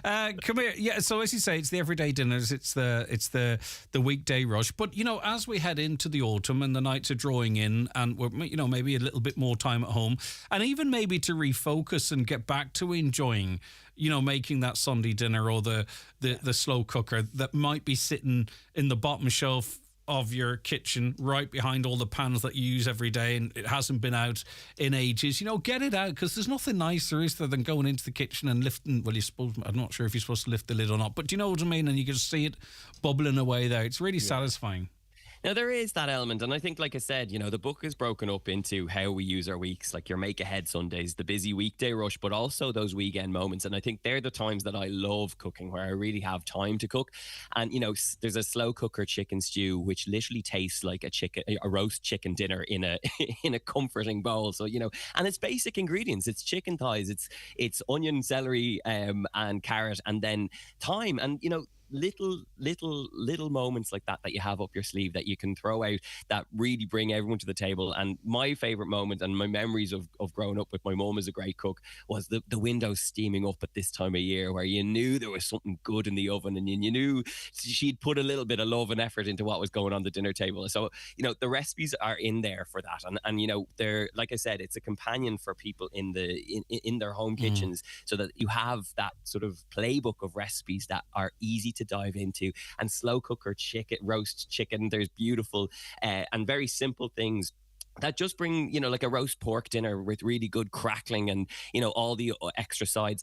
This has to, these are the recipes that serve a purpose in our weekday and our week lives. So I think ultimately it's trying to have those recipes up your sleeve so that you have the opportunity to get something tasty to the dinner table. Yeah. And we talk about how we're all really, really busy, but, I sat back there not so long ago and are we all as busy as we actually really think, or are we just not really managing our time very well, and we're just conditioned to be always rushing. I'm trying to drop the shoulders a little bit and breathe a bit more and go, right, maybe you do have an hour to cook something a little bit long form now. Do you know what I mean? Well, I think more than anything, during COVID and the pandemic, we've all kind of the amount of people who were cooking, the amount of people who were kind of seeing that as a moment of solace. And personally speaking, I've kind of, we're like most people, you're running around, you're trying to raise a family, you're keeping work going, but like these are the moments. Like there is self-care in cooking, and there is those moments where you've kind of looked after yourself when you sat down and cooked, and like that doesn't have to be every day. Like everyone kind of has enough pressures in life. You don't have to be cooking every day. You can take the shortcuts, take the cheats. But when you do really take that moment of solace to enjoy, stick the radio on, and a Saturday morning or a Sunday morning, and you cook something that you're all going to sit down to. Like, for me, that is the magic moment of cooking and why it's all worthwhile. You have the solution, you have the solid recipes that get you through the week, but those little ones that you make with a bit of love and a bit of passion, those are the ones that I think we all find a little bit more mindfulness and solace in. So yeah, it's important. I'm doing the same and trying to put the shoulders back and take the deep breaths when you can. Yeah, exactly, you have to, don't you? And the TV show, Donald, talk to us a little bit about that. Yeah, so it's the TV show starts on RT1 on the 1st of November, on Wednesday, next week, actually. So it's kicking off. It's an 8-part series. We have a Christmas special part of it, but it's basically celebration of home. Like I said, we've been traveling, and this is a moment to come home. So, these are the recipes that get us through the week, and it's been a lovely one to shoot because we've shot it around where I live here in Howth, in Dublin, and close to our family home. And from that perspective, actually it was very funny because we had the kids. Kids kind of feature a little bit, but our eldest fella, he's 5 now, and he told me, "Papa, I'm done. I don't want to do any more of this," only because he was having to change out of his clothes 5 times in one day, and he was completely over it. So I think we have to respect that now. He's done with the quick changes. So yeah, but they do feature, and I mean, my 2 boys are absolutely feral. So the fact that we got them to feature in any way, shape, or form is its own success story. Well, we'll look forward to that. The new book, Home Kitchen, Everyday Cooking Made Simple and Delicious, is out now. It's in hardback, but also to an ebook, because more and more people now are using the tablet or the laptop. Don't tell them that I'm pushing the Kindle, but it is cheaper if you want to buy it on the Kindle as well. All right, well, listen, continued success. We look forward to the show. The book is out there in all the usual places. It's available as an ebook, and we really appreciate you coming on. As I say, continued success. You're a busy man, Donald, and we appreciate your time this morning. Thank you so much for having me. I have great fond memories of heading up to Highland Radio over the years. Brilliant. Oh, well, sure, you're always welcome. It's an open invitation. Thank you. All right, Donald, take care of yourself. That's Donald Skehan there, author of Home Kitchen. That book out now, and his show begins on RTE next week, if you're interested in that. Dear Greg, maybe you can listen, maybe you can help out there. Dear Greg, I bought a washing machine 3 weeks ago in a local store. It stopped working. I rang a number on the receipt. It's an 0818 number. No one's rang me back since yesterday morning. I tried ringing since 9:30 today. Still holding. Would you please know, do you know what I can do? Can I ask for the machine to be lifted and get my money back? Thank you. Was it delivered to you by, this is a multinational store, by the way, not one of the local, it is a local store as well, but it's a multinational. So bought a washing machine 3 weeks ago. It stopped working. Do you know out there, do you have to leave it into the store? Are they obliged to come and collect it for you and replace it, or can they offer to repair it? Any of you out there have had that experience, please let us know. 08660 25,000. These laughing gas canisters are a huge issue in Britain. Pox cluttered also on the streets, indeed, and in Dublin, as we heard from a councillor there. I'm just curious, have they come up on the radar here? I think maybe tidy towns groups might be the most likely to see them, but maybe they haven't. Maybe their use up here is not widespread, though I did get a message from someone to say that there was an incident involving that product in the region across the northwest somewhere not too long ago. So some people, maybe they know exactly what we've been talking about. Okay, our next guest joining us very shortly. Make your Christmas party unforgettable at Sister Sarah's this December. Book now for the best Christmas party in town. See Facebook for menu and dates. Sister Sarah's are proud sponsors of today's show. Every year, about 2,600 people in Ireland get bowel cancer. Bowel screening helps to reduce your risk of developing it. The age range for bowel screen is changing. If you're aged 59 to 69, register for a free bowel screen test kit. Once you've done the test at home, return it by free post and we'll test your sample. If you need follow-up tests, we'll let you know. Register today at ballscreen.ie or free phone 1800 45 45 55 from the HSE. O'Neill's Sportswear Warehouse Clearance Sale is back in Strabane this week. From this Wednesday the 25th through to Saturday the 28th, there will be major reductions in unmissable products. Find incredible deals on training gear, jerseys, jackets and so much more. Don't miss out. O'Neill's Sportswear Warehouse Clearance Sale in Strabane, Wednesday to Saturday. O'Neill's, live for it. Monster Halloween Bingo in Native Bumblelands in Inishowen Gateway Hotel Buncrana, Wednesday 25th of October. €3,000 in prizes. €1,000 must go in the last house. That's bingo at the Inishowen Gateway Hotel Buncrana on Wednesday 25th of October. Doors open at 7 with eyes down at 8 p.m. Hyundai's big offers continue at Hyundai dealerships nationwide. Test drive the 2024 Hyundai range, including the all-new Kona, Ireland's best-selling car, the Tucson, and winners of World Car of the Year, the Ioniq 5 and the Ioniq 6. Avail of the big selection of offers when you book your Hyundai 241 model. Hyundai, a class apart. Your local dealer is Divers Hyundai, Canal Road, Letterkenny. Call 9122 600. A visit to Rossview Business Park in Letterkenny is a must this weekend, where Donegal Tile Centre, together with Rossview Interiors, are having a mega 3-day sale this Thursday the 26th, Friday the 27th and Saturday the 28th. There'll be wall and floor tiles at less than half price, vanity units from €180 and freestanding baths reduced to $799. Get a massive 40% discount off real leather sofas. Corner suites are from €990, dining sets from $790, and there'll be huge savings on occasional furniture. So come along this weekend to Rossview Business Park, Letterkenny, just off the Polestar roundabout, and pick up a real bargain. Highland Radio weather updates with Ireland West Airport, where you can now fly daily to London Heathrow with Aer Lingus and connect via Heathrow to over 80 destinations worldwide, including Boston, New York and more. Okay, so there'll be a mix of sunny spells and scattered showers for the rest of today, with some heavy showers possible. The best of the sunny spells will develop later in the afternoon and evening, temperatures 12 to 14 degrees. Now, we had a correspondence from a listener. Since Easter, my daughter's pharmacist tells me every month that my child's monthly medication, which she's been prescribed by CAMS Letterkenny for several years without issue, has suddenly become hard to source. Every month I pre-order, giving our pharmacist a week's notice. This month, I had to ask our consultant in CAMS to adjust the prescription due to no availability of 10 milligram, 20 milligram, etc. Instead, all the pharmacist could locate at suppliers was in 18 milligram capsules, which couldn't be dispensed without a consultant adjusting my daughter's script. Our pharmacist said that yesterday he had no supply of prescribed cream for a customer and no asthma pump for the same woman's son. She said his pharmacy recently went a whole year with no supply of paracetamol. I think all pharmacists are affected. They've got no stock and cannot order as the suppliers have no stock. So, Greg, what on earth is going on with supply? To which jurisdiction is the supply going? Because it's not just specialist meds, it's everyday meds that are becoming unavailable in Ireland. My daughter's medication cannot be stopped without a controlled reduction over time. My heart breaks for the parent who couldn't get an asthma prescription for her son yesterday. Asthma can kill. I'm not able to manage, says this listener. I'm close to burnout. Okay, so that's a shocking situation.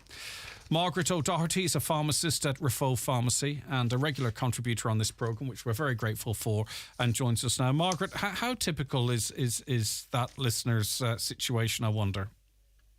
Unfortunately, it's very typical, and my heart goes out to her because she's obviously in a very difficult situation. Her child, she probably had a long wait to get an appointment with CAMS, first of all, and the service is very busy. It's an excellent service, but it's quite hard to get into. And you have problems. I mean, she has to arrange her life around getting appointments, getting her medication, her child's medication. So I know how difficult it is for parents in that situation, and my heart really does go out to her and to all the others who are in it. And unfortunately, some of my own patients are in exactly the same position. And what's the issue, Margaret? Well, the issue, I mean, we've spoken about it before, but in this particular case, the drugs, there's been a big increase in demand for it. There's been a lot more awareness around these conditions, and particularly in adults. It used to be we only saw these drugs prescribed in children. Now a lot of adults are getting a late diagnosis of it, and they're taking these medications. and it's very beneficial for them, but it has caused a big surge in demand internationally. It's not just an Irish problem, it's an international problem. And for a long time, the drugs have been what they call on allocation, which means that we only get a certain amount of them every month. So if I have 2 patients on a particular strength, I can only get 2 packs of that, and so on. So that if you have new patients, you're sort of going to the company again saying, can I get my allocation increased? Sometimes you can, sometimes you can't, depending on availability. But now we're in the bind, basically, that we can't get our allocations. It used to be every month. You couldn't get it to the start of the month. Then it was, it was a week into the month, the middle of the month. Now they just don't have any stock to supply you with at all. I think that's really quite an interesting insight, because people might have thought that you just get a lorry load of drugs in and then they're drawn down as needed. But you have to make inquiries specific to your customers. Exactly. Right. When drugs are in short supply, the suppliers that we use, 2 main wholesalers, they have the stocks. They get the stocks from the manufacturers who supply what they consider to be suitable for the Irish market, or what the demand should be.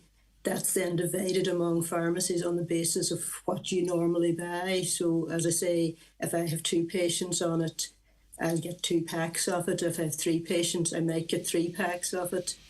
But getting the allocation, you're constantly on to them, like, can I get my allocation increased? Sorry, we can't increase it. Sorry, we can't even give you what your allocation was last month. Often that's the case, or we can't give you anything. And that's happening more and more. So the listener says it appears things are getting worse. I mean, you've confirmed that. This obviously, there's more demand. Suppliers can't meet the demand. So is this going to be a long-term issue, or is there any talk of suppliers ramping up productivity, or? Well, that's one possibility, but it certainly won't be happening in the short term. In the short term, it's not just as simple as ramping up it.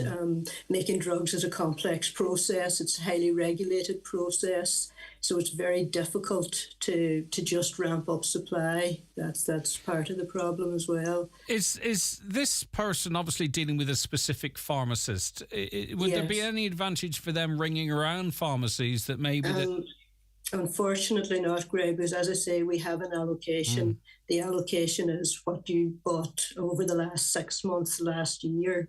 So in this particular case, some cases, drugs that aren't what we call on allocation, you may have, some pharmacists may have more stock than others. But in this particular case, unfortunately, I would say she'd only be stressing herself more, ringing around pharmacies who'd all tell her the same thing. Sorry, I can't help you. Yeah, and are we particularly disadvantaged because we're a relatively smaller market that maybe the likes of Britain or France can put the squeeze on these companies for supplying more than we might? As I say, we're effectively a city. The whole country is the size of a city of another country. That's certainly part of the problem, but it's not the whole problem. In the UK, they have exactly the same problem. And just when Caroline rang me this morning, I just checked.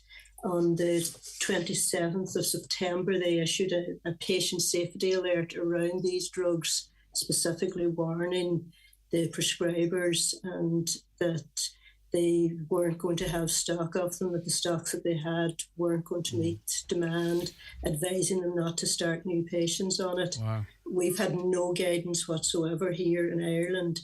They've given very specific guidance. Here it's been left to the patients and their parents and pharmacists to try and scramble around trying to find stock. And see, what worries me, and I would love to see maybe the HSE putting out some public information in relation to this, like another very popular drug or medicine that seems in short supply is an injection that quite a lot of people, more and more people, seem to be using for weight loss. And there was a warning issue yesterday that this product is being offered on the internet and it's actually really quite dangerous. That's just one example. I just hope people don't get desperate and try and source any drugs at all online through that desperation and find themselves causing harm or injury to themselves or their children. Obviously, I would echo that, Greg, particularly in the case of these medications for people that are suffering, that are attending mental health services. It's absolutely critical that they don't take anything that isn't prescribed by their consultant and obtained from a registered pharmacy. There's a lot of stuff on the internet. You can get anything you want online. Unfortunately, it's not always what it says it is. So I would be very, very careful on that score. So, Margaret, finally, all we can do really is sympathise with our listener and sort of confirm what they already know to be true, and not a great deal of medium to short-term hope to offer them at this point. This is a global issue at the moment. It is, but I think we should see a great deal more leadership from the HSE and the HPRA who regulate it.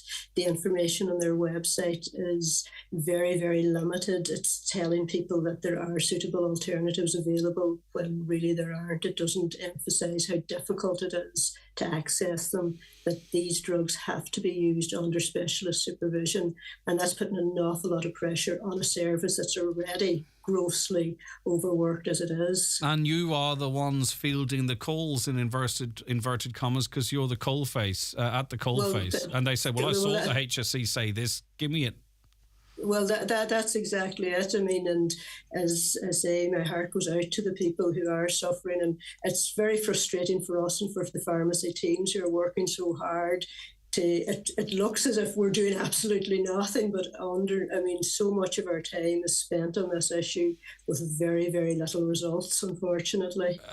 Do you agree that a consultant has to be consulted for any changes to medicine, or do you believe there could be some flexibility in some areas to allow pharmacists maybe to offer alternatives, or do you think, given what we're talking about, it's important that consultants are consulted? And in this particular case, on patients that are under CAMS, that they have to see their consultant or a doctor that's very experienced in using these drugs. Most of the other shortages, the pharmacists and GPs are well able to manage them. It takes time and it's frustrating, but it's something that we can do. In this particular case, our hands are completely tied because you do have to have a lot of expertise to handle these patients. Mm-hmm. Okay. Well, Margaret, thanks as always for your insight. I do appreciate it. And as you pointed out, you're, like all our pharmacists, incredibly busy. So thank you so much for your time.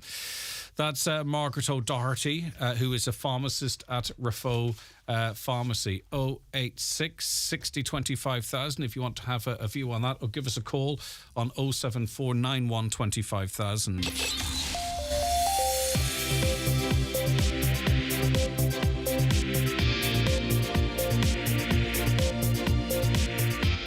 county's #1 talk show, the 9 till noon show on Highland Radio.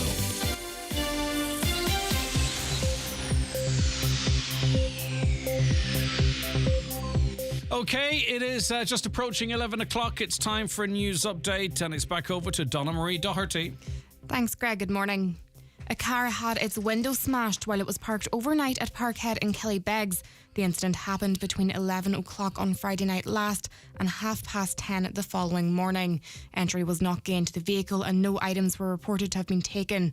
Gardaí in Buncrana are appealing for information. A Rafo woman woke up to discover her front door had been smashed. The incident happened in Park Nabelchina between 5 and 6 a.m. on Saturday morning last. Gardaí in Letterkenny are urging anyone who believes they have information to get in touch. A Halloween decoration sold at Poundland has been recalled over safety concerns. The hanging decoration is made of white material with a ghost face and polystyrene ball as a head. It has sharp metal wires that are easily exposed that could potentially cause cuts. The Office for Products and Safety Standards say those who have bought the item can return it for a full refund. A popular bar in Derry has revealed they'll be closing their doors this coming Friday. A spokesperson from the Grand Central Bar said, when the numbers aren't stacking up, we have to admit defeat. While the establishment says it has been coming up rising costs for the past few years, it has become financially unviable. Valve repair works may cause water supply disruptions to Brooklis and surrounding areas. The works are scheduled to take place until 3 o'clock this afternoon. It's recommended that an allowance of up to 3 hours after the estimated restoration time is made for supplies to fully return. And finally, a cargo ship has sunk off the coast of Germany with several people reported missing. 2 vessels are understood to have crashed into each other in the North Sea. It happened overnight around 14 miles from the island of Helgoland. One of the ships, a British registered vessel called the Versity, sank after the collision, and a number of crew are unaccounted for. Those are the latest headlines. The next news updates at 12 o'clock. Until then, good morning. Donna Marie, thank you very much indeed. We'll be back with the third hour of the show after the break. Get ready for the most wonderful time of the year at Sister Sarah's Letterkenny. Secure your preferred party night now with fantastic food and a festive atmosphere throughout December. Sister Sarah's, proud sponsors of today's show. New this week at Home Store and More. All loose cutlery and all cutlery sets are all half price. But better hurry, because when all the half price loose cutlery and all the half price cutlery sets are gone, they're gone. Also, all vacuum storage bags and all living room throws are still all half price. But when all the half price vacuum storage bags and all the half price living room throws are gone, they're definitely gone. Drop by your local Home Store and More or visit us online at homestoreandmore.ie. New store now open in Frascati Centre, Blackrock, Dublin. Home Store and More. A happy home. Need help designing or understanding plumbing requirements for your new bathroom is not a problem. Our experienced staff are equipped to handle any type of bathroom installation, from a simple tap replacement to a complete bathroom overhaul. Call in and see us and view our checklist to make sure you have everything in order. It could save you money and a huge amount of hassle. McDade's Bathroom Plumbing Towers, Buncrana, making things simpler for you. The Fisheries Local Action Groups invite you to public meetings on Tuesday, 24th of October to develop new strategies in the North Flag area. Please come along and offer your views on what support is needed to secure the sustainable development of your local coastal area. What are the strengths? What are the challenges that need to be addressed? We invite you to join us and share your views on Tuesday, the 24th of October at the Tara Hotel in Killybegs from 11 a.m. till 1 p.m. and the Mount Erigal Hotel in Letterkenny from 2 p.m. till 6 p.m. Your participation is crucial in charting the future of your local coastal area. Recently engaged and planning your wedding? If so, the Encourage Autumn Wedding Showcase takes place this Saturday, October 28th from 12 till 6 p.m. Come along and view our stunning wedding venue and meet with the dedicated wedding team at Encourage Hotel Gweedore. Hi, Jean Kern here to let you know that our next Highland Radio Book Club choice is The Last Devil to Die, the 4th instalment of The Thirsty Murder Club by Richard Osman. An old friend in the antiques business has been killed and a dangerous package he was protecting has gone missing. Will the gang solve the crime? We will review the book on my show on Sunday the 12th of November, and as always, if you would like to take part in any of the reviews, email me jeankern@highlandradio.com.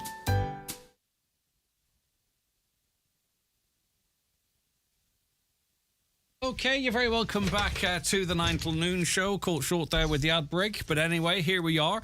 And we are discussing, or we're asking you, are you interested in knowing more about artificial intelligence, how it can be used in an ethical and responsible way, and how best to regulate it, whilst also enabling innovation? Navigating the Future of Regulation at ATU Donegal tomorrow will feature a keynote speech by Nell Watson, an international trailblazer in emerging technologies, including AI and its ethical and safe use. Eleanor, good morning to you. Thank you so much for joining us.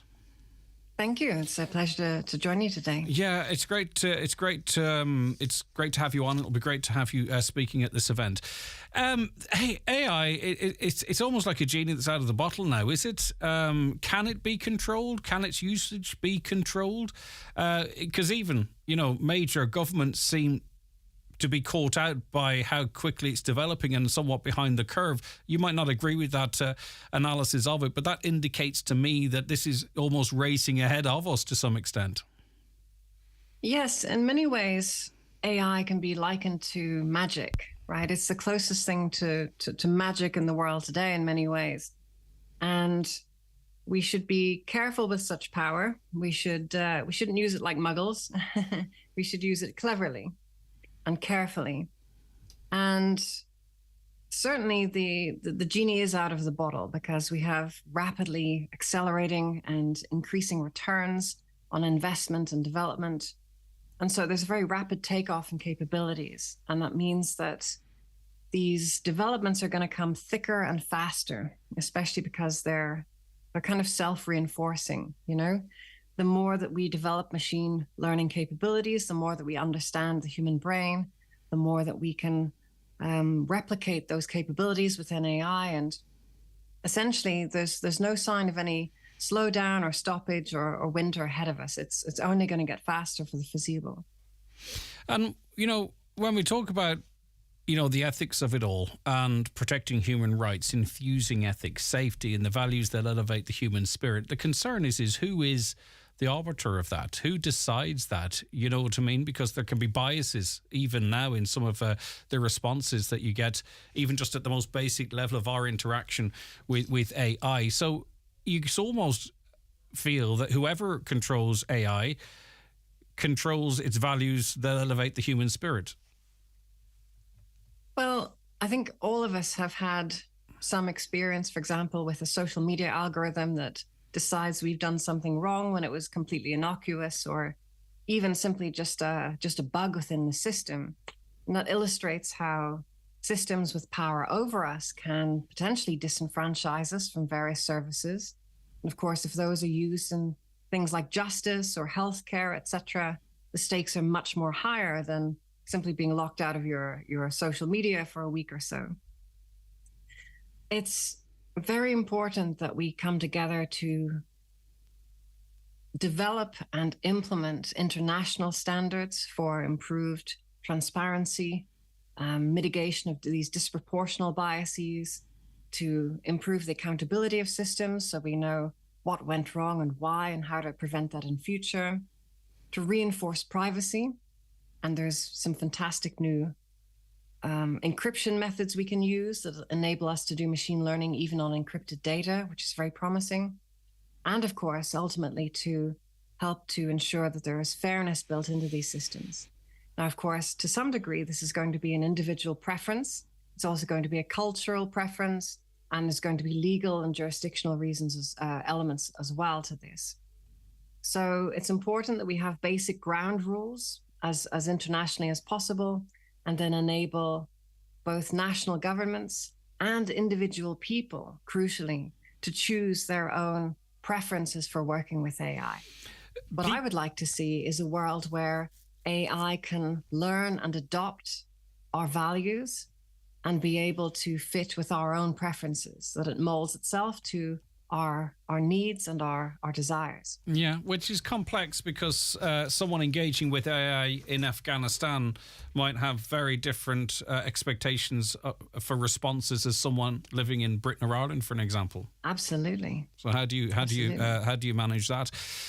I think most people listening to this program now are watching the show. AI is in their lives already, whether they realize it or not, be it on social media or what have you. It is going to increase rapidly. And, you know, we've seen some of the stuff in terms of, you know, what Google are working on and other companies in terms of, you know, engaging with your local hairdresser where you know, it speaks to you, it understands you, it can schedule you and all that type of stuff. So it's going to really become an integral part of everybody's life, whether they like it or not, I believe. Where do you grade this as much as we can in terms of, you know, shifts in humanity, if that makes sense? I'm not trying to overstate it, but do you know what I mean? In terms of big things that have happened along our timeline, where do you place this? It's a Promethean development in many ways. You know, it is likened to the printing press, perhaps even the wheel or fire. It's an invention that gives us potentially future inventions, right? And that makes it also potentially our final invention, because it may invent something beyond human. And that might involve uplifting our humanity, helping us to be better human beings, helping us to understand each other in new ways, to self-actualize better, right?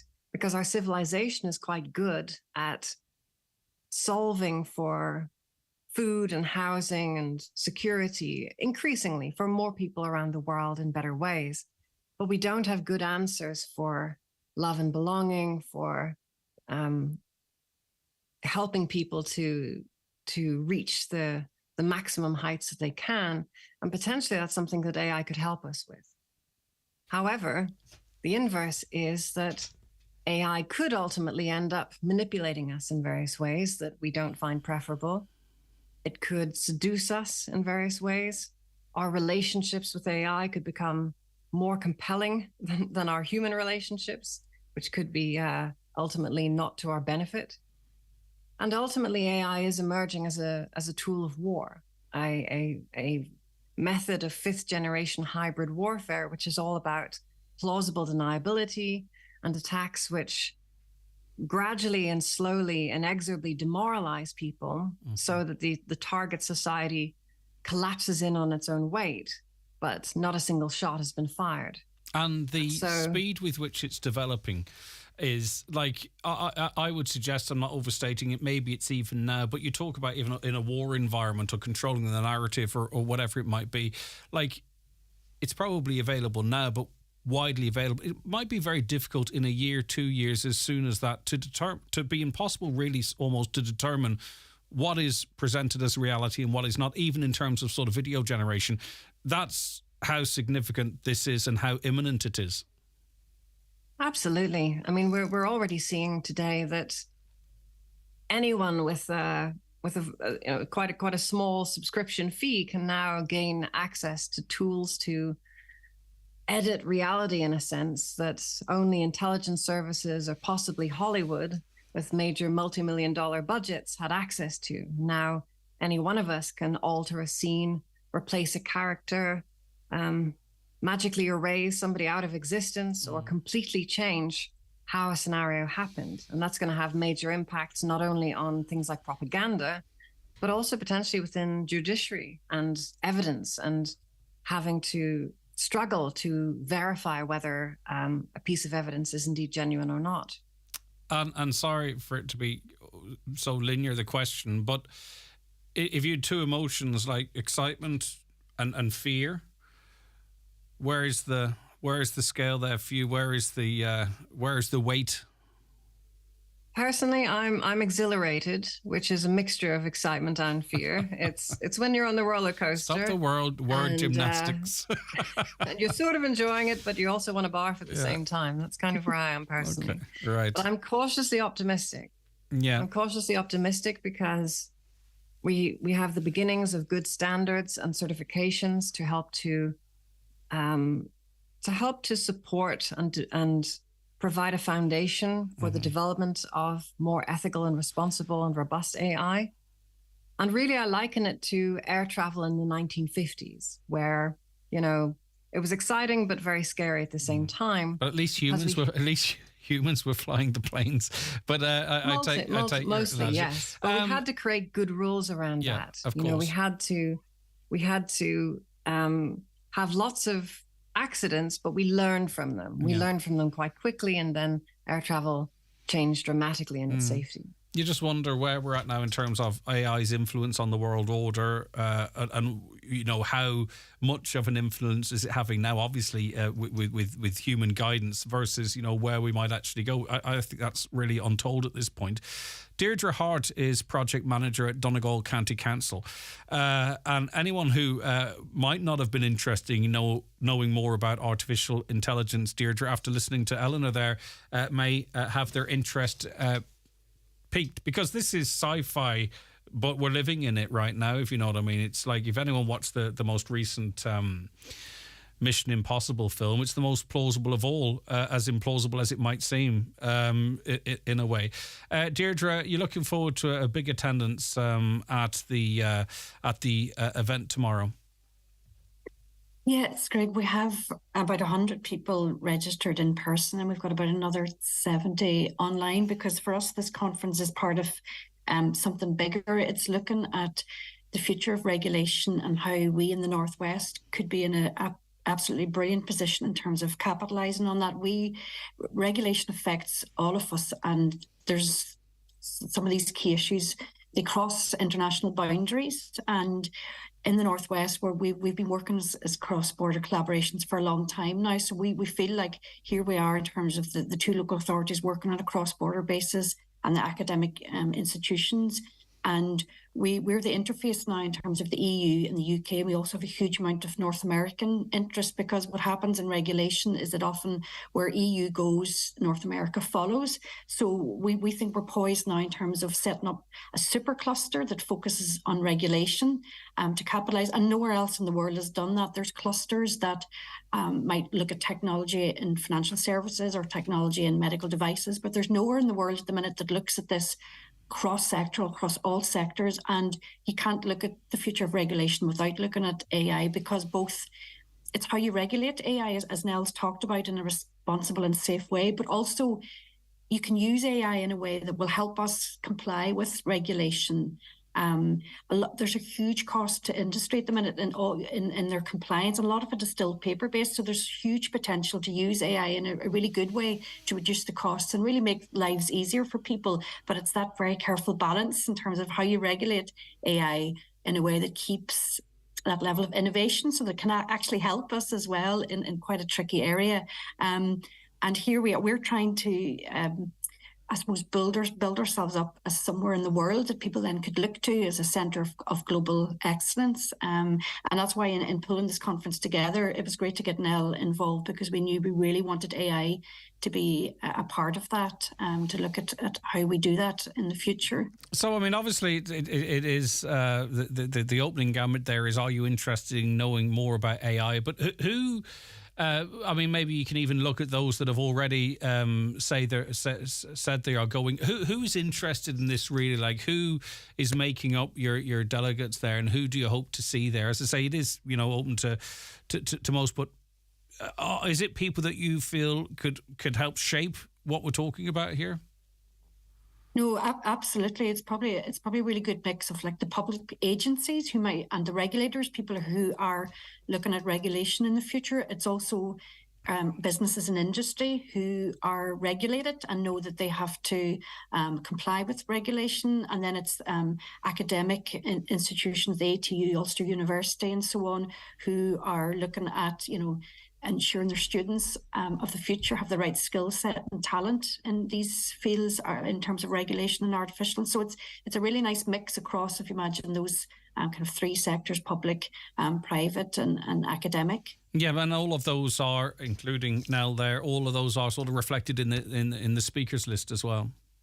That's right. Yes, we've tried to capture all those different sectors, and we've tried to look at cross-sectoral issues, including AI, but also ESG, climate sustainability. The regulations around that are only going to get more complicated, so we want to have a focus on that in terms of gearing up, getting businesses to think about the regulations that are coming down the line quite soon, and making sure that they're gearing themselves up in that. And we think if we set ourselves up as a centre of excellence here, then we'll have all that expertise and knowledge on this doorstep. So it'll really help the industry in the Northwest if that's on their doorstep, and also in terms of opportunities for getting further investment into the Northwest and jobs, because as you know, the two councils come at this very much in terms of the economic development perspectives. For us, it's all about inward investment and creating jobs for our young people of today, and making sure that they're leading the way in terms of that knowledge and specialist skills.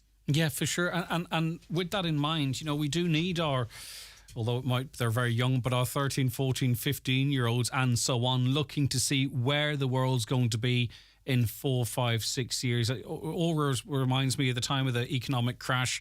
No one signed up to be architects, and no one signed up in certain areas of work. And then, like we do, we rebounded, and where was all the architects? You know what I mean? So we have to, and parents guide their young people to sort of maybe where the world's going rather than sometimes where it's at right now.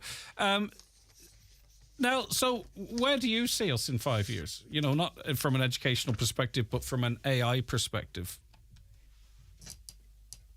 In 5 years' time, AI will be deeply embedded within our personal and professional lives. We will have kind of AI concierge that is helping us with all kinds of different tasks, helping us to prepare documents, helping us to find a nice place to eat, etc. It's kind of the dream of what Siri was supposed to be 10 years ago, but turned out to be. Don't mention Siri. That's why I stopped using iPhones, because they wouldn't put Siri on the iPhone 3, but they put it on the iPhone 4. Who's laughing now? Yeah. Finally, we're going to get to that. We're going to get to that point where we're having a kind of relational experience as well with machines that are able to follow up with us and ask, how was your day at the park? Or, you said you had a bit of a bad back last week. How are you doing now? And that's going to have an impact on many people's lives. Maybe it'll be positive, even in the area of mental health, Absolutely. And stuff like that. It's all like there's so many things that are really exciting, but as you say, also things we have to be nervous and cautious of as well. Thanks so much, Nell. We look forward to hearing you tomorrow. Thank you so much for joining us. I really do appreciate it. Deirdre, how do people get involved if they want to attend? Where is it? When is it? And how do you get to it? So it's at ATU Letterkenny campus tomorrow, and if anyone, registrations close at 4:00 today. So if this really has got your interest in getting involved, probably the best thing to do is go on to donegal.ie, and there you can find a few recent news articles and the link to register. So if people can do that before 4:00 today, and also if you can't join physically, there's an option to it's going to be live streamed, so you can also register. Just tick online, and then you'll get a link to join us tomorrow morning. All right. Enjoy it. Probably in 5 years' time, it'll be two computers talking to each other. I mean, you'll be retired. All right. Thanks, Greg. I hope not to. All right, Deirdre, thank you very much indeed for your time. Deirdre Hart there, 08660 25,000. I just want to let you know that the Redress Focus Group meeting is tonight at 7 p.m. in On Grianon Theatre. If you can get along to that, it's really important, not just for those that are involved in the redress groups, but for everyone as a whole. Fantastic work and information at those meetings. So in On Grianon Theatre, sorry, I beg your pardon, I'll just double check that. It's in On Grianon Hotel tonight at 7 p.m. That's the Redress Focus Groups meeting. So as I say, get along to that if you can. And there's a couple of things I wanted to say. There was a couple of birthday requests too. Francis Porter in Ardravon and Buncrana. Happy birthday, Francis, from your brother, John, and sister-in-law, Anna. Please play Destination Donegal. I'm sure someone later on will. Amy McIntyre in Beechwood Grove in Lifford. I'm talking to you, Amy. Happy 21st birthday. That comes in from your granny, granddad, and all the family. I also want to mention that Malin RNLI fundraising branch are saying to you that it's time to start getting those costumes ready. Halloween fancy dress disco in McGrory's Hotel Coldaff Backroom on Saturday, the 28th of October, 9 p.m. DJ Scotty in the house. Come along for a fun night. So that's a fancy dress disco on the 28th of October at 9 p.m. Admission at the door, just €10, and you're supporting the Malin RNLI. So it's this weekend that there's Halloween stuff on, is it? I've lost complete track of time altogether. Right, so what do you? I'm not going to anything, I don't think, so I'm not going to get a chance to dress up. Oh well. Back after these. If you're not with UNO Energy, chances are you're paying more than you need to for your electricity. As Ireland's newest energy supplier, we offer Ireland's cheapest electricity rates, saving our customers up to €355 a year. So if you want to pay less for energy, simply pay a visit to unoenergy.ie and sign up for big savings with smaller bills. With UNO Energy, you just know. UNO Energy discount rate EAB €1665. Supplier's pricing may change. For T's and C's and rates, see unoenergy.ie. UNO Energy.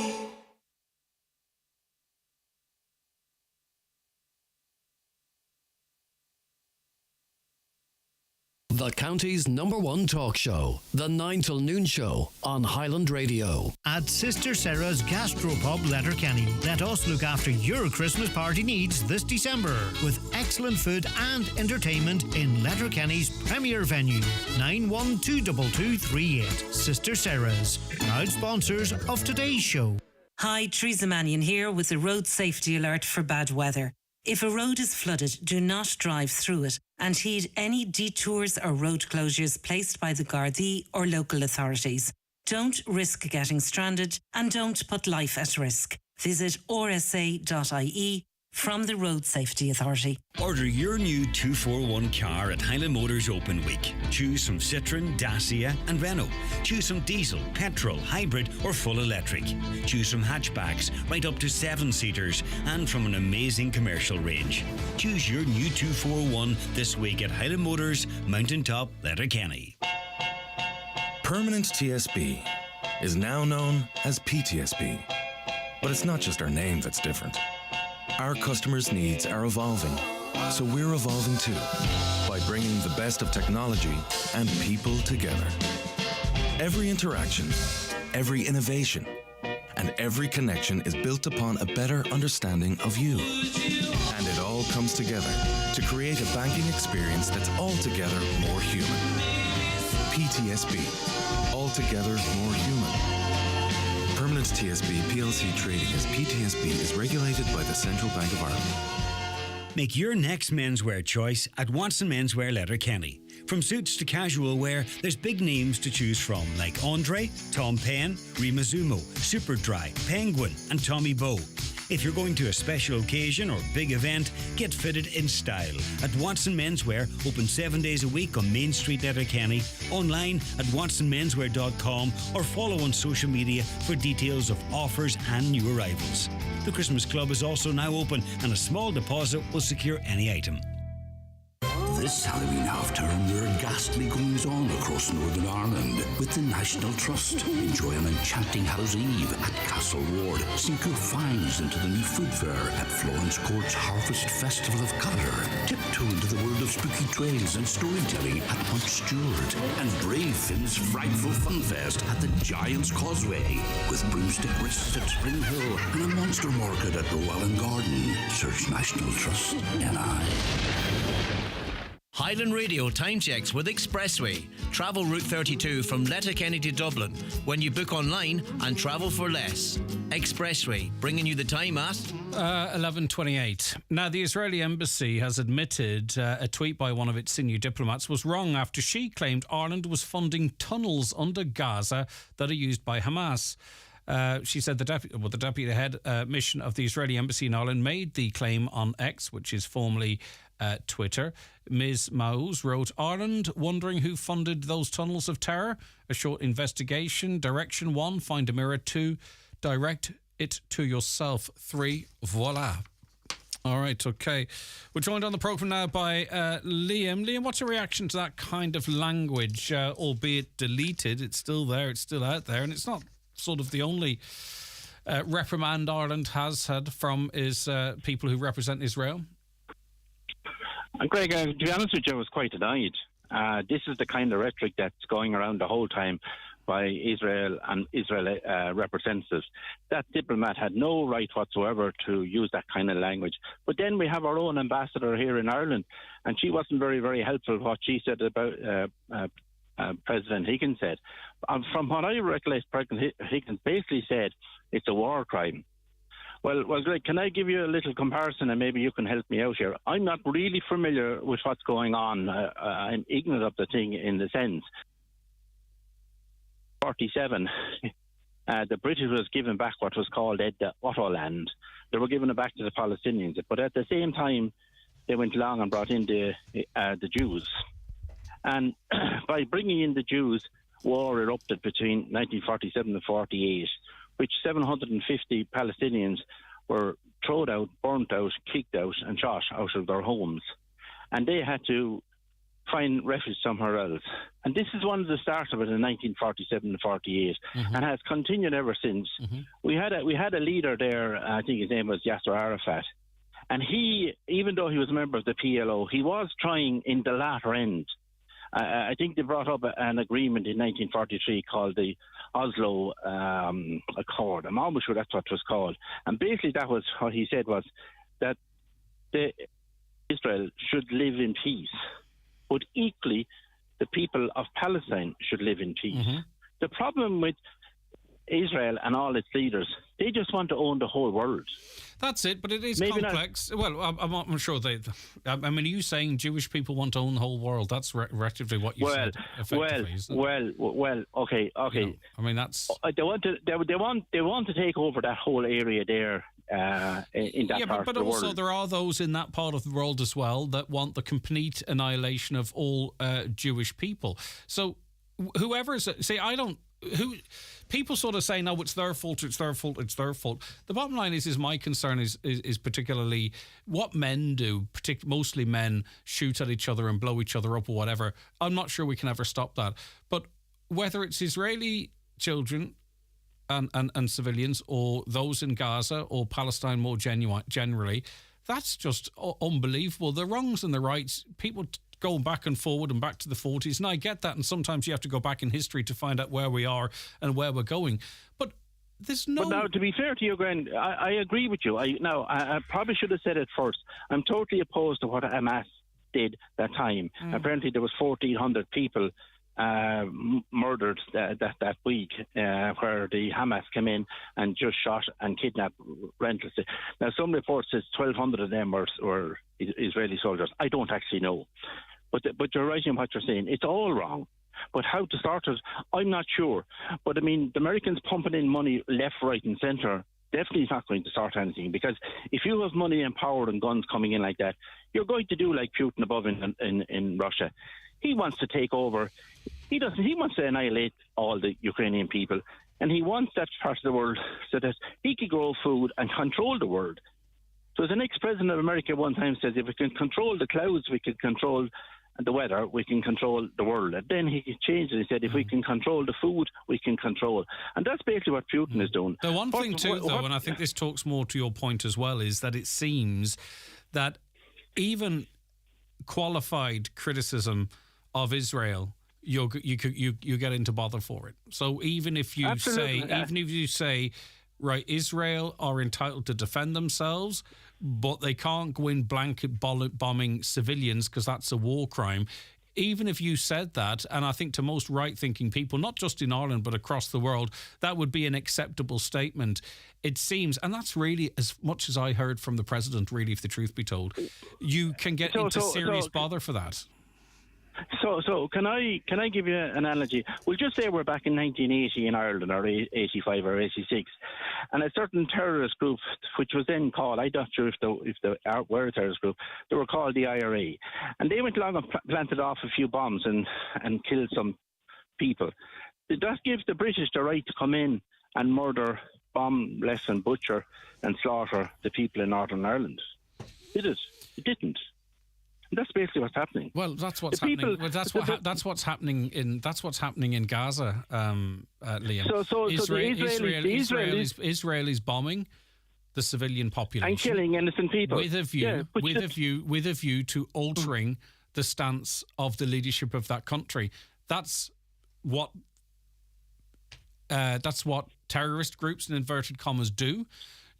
That's what I presume the IRA tried to do. They bombed Britain and elsewhere with a view to changing the policy of that government. That is, some might say, and this is not anti-Israel as such, that's what Israel are doing. They are bombing the general population, because we know that, because thousands upon thousands of them are dead, with a view to changing and eliminating the leadership of that country. So some might equate it that way. That's all I'm saying. That you brought in the sort of that analogy. Some might feel, well, that's exactly what's happening right now. So it is, and you will agree that America is supporting, and not alone America. Our own Taoiseach was very vocal the very first days after Hamas went in and did what they did, which was totally wrong. But our Taoiseach was very supportive. In fairness to Leah, I think in the immediate aftermath of what happened with that Hamas attack, and there was an awful lot that went on before that. We both know that, Liam, as well, on both sides. But it was horrendous what those individuals do. And I'll be honest, if the world was not shocked to its core at those type of actions, I'd even almost be more worried. So I wouldn't blame the Taoiseach for an immediate response. I think the Taoiseach, the Taoiseach and the president and others within Ireland have said, look, stop it. We need to stop this now. We can't be doing this to civilians. The Taoiseach is never going to stop. But Greg, we're never going to stop if we have Americans pumping millions, billions in armory into it. We're never going to stop. But I get you, and I understand that, Liam. But who's funding Hamas? It's Iran. Who's funding? Well, that's who's the danger. who's supporting Hamas? It's Russia.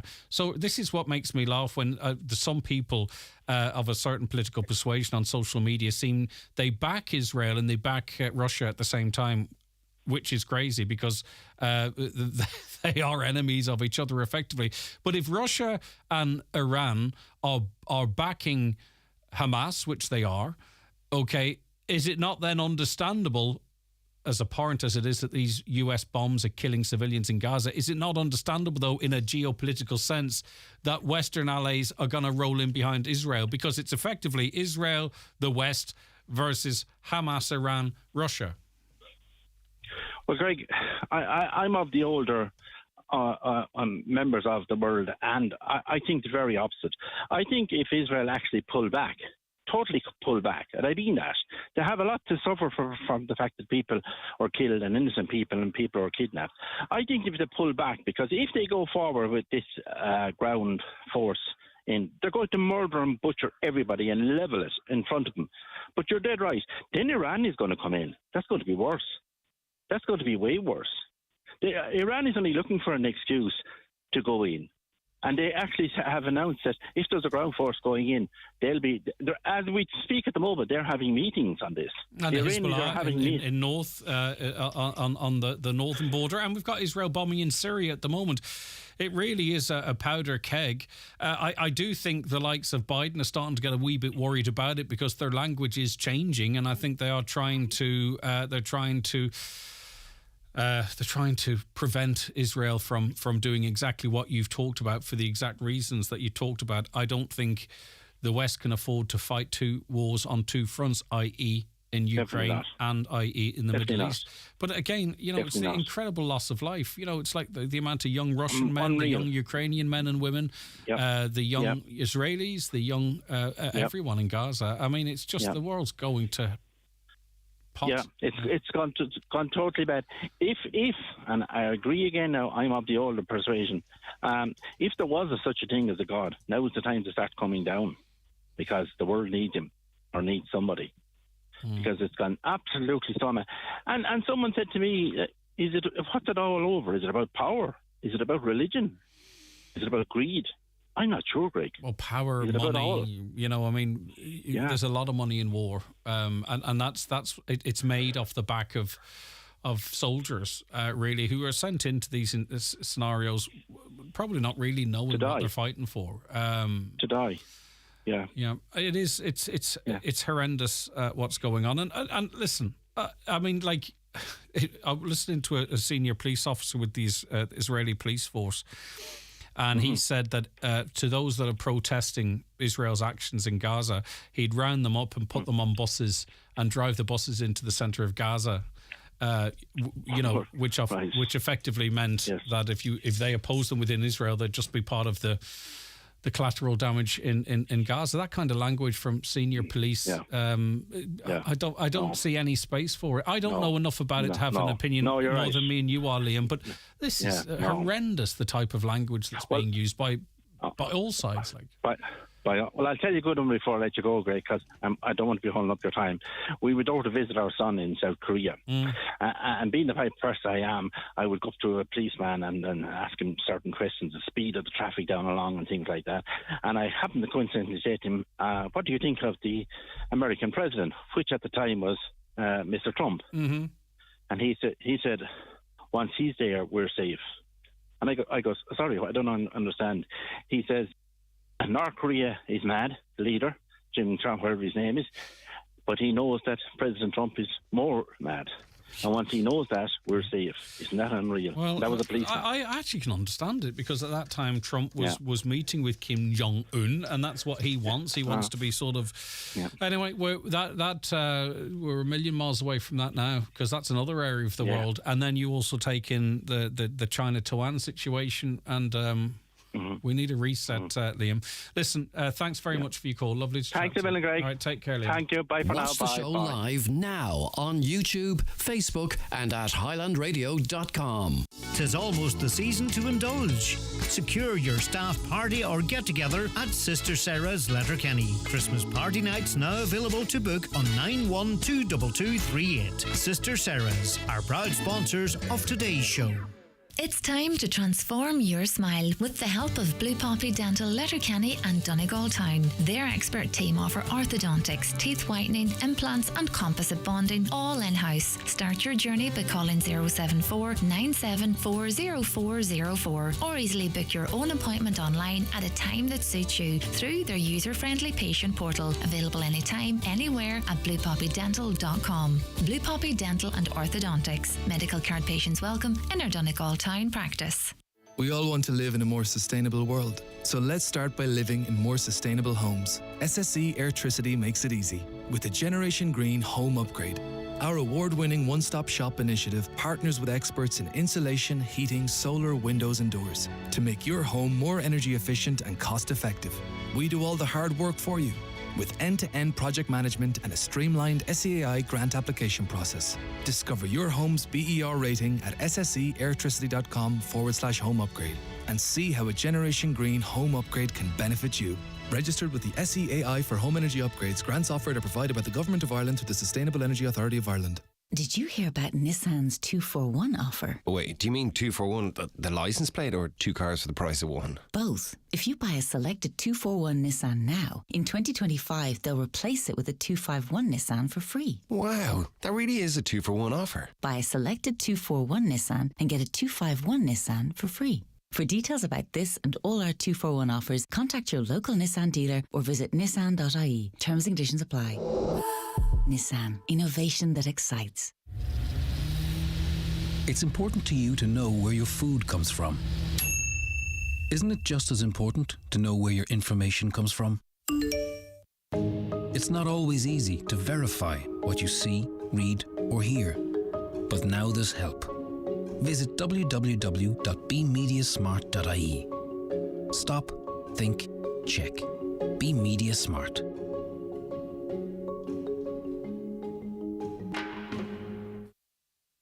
Prepare for the merriest time of the year at Sister Sarah's Letterkenny. Plan your unforgettable Christmas party now with fantastic food and festive fun this December. Sister Sarah's, our proud sponsors of today's show. Sheridan Security, now introducing zero-wire smart alarm systems. Zero wire, zero mess, and a real peace of mind. With a simple press of a button, your alarm can be set or unset, or download the free app and control it from your phone. Call us today on 074 912 6025 and get your alarm from €299. Stay local, stay safe, and protect what you value most with Sheridan Security Systems.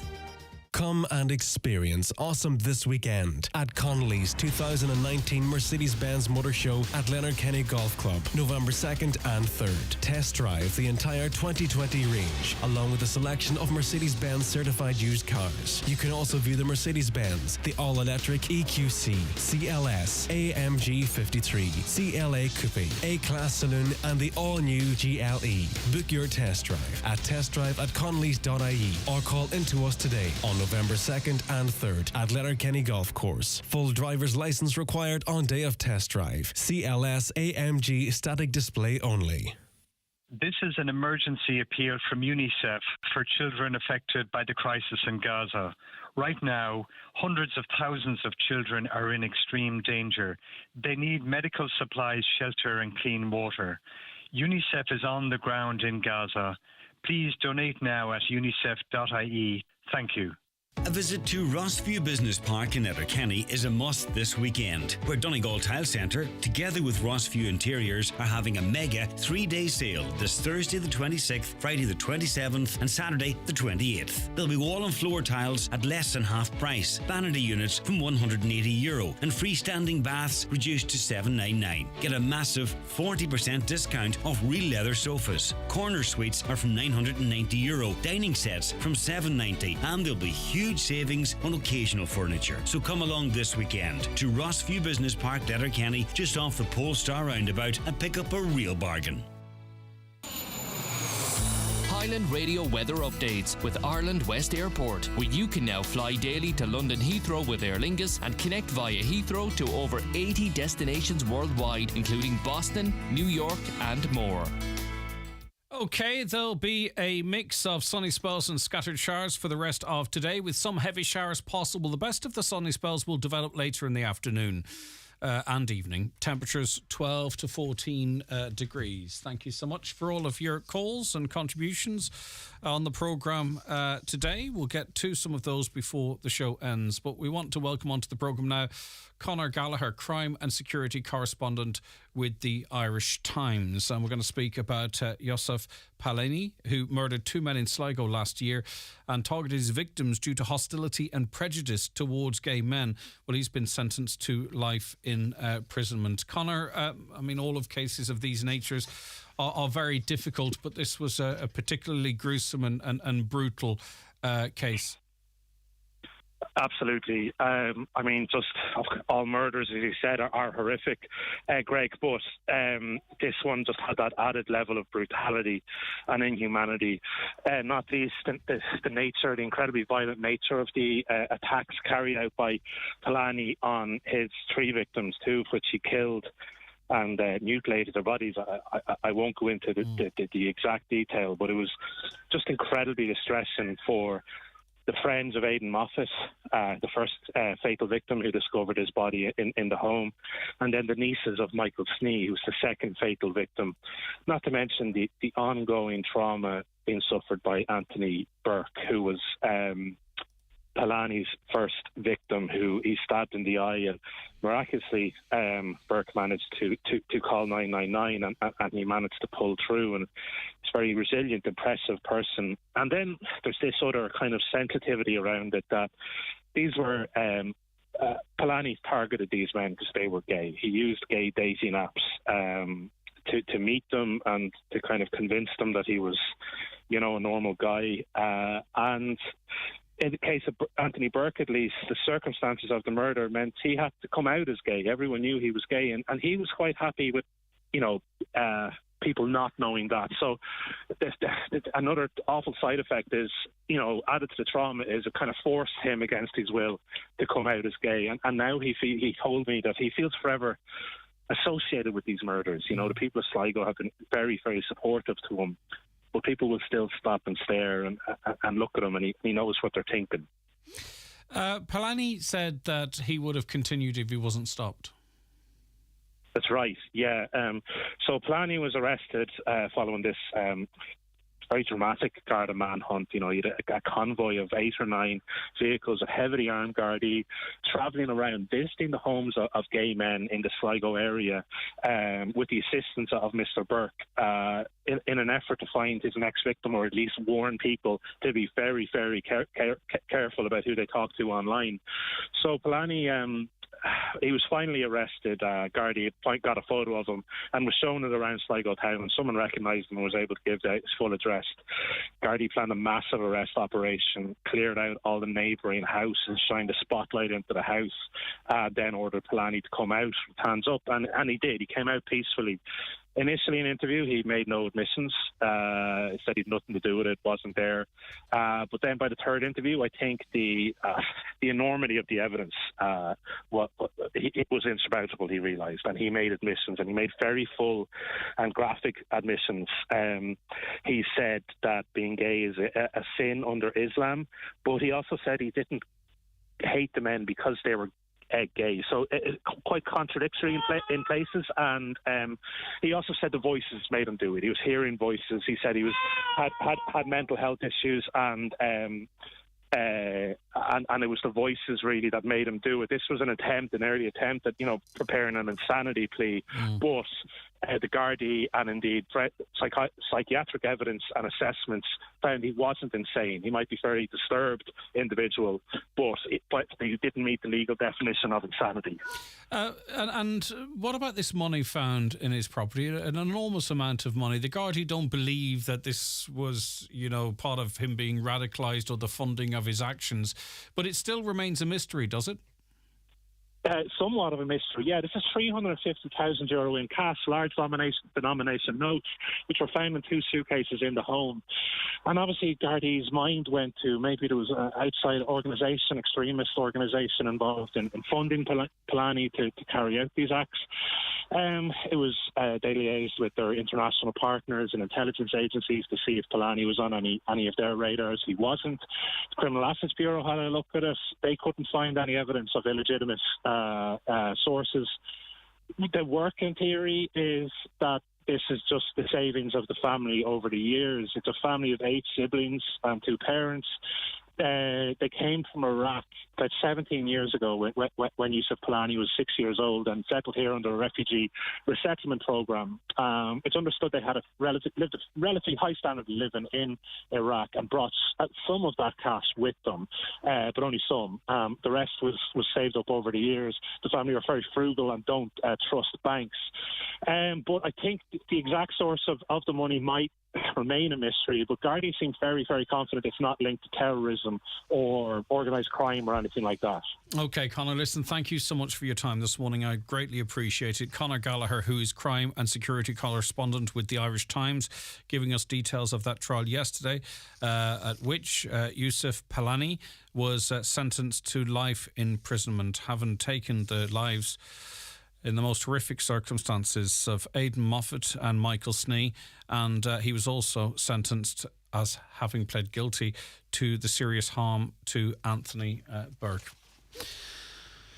Right, OK.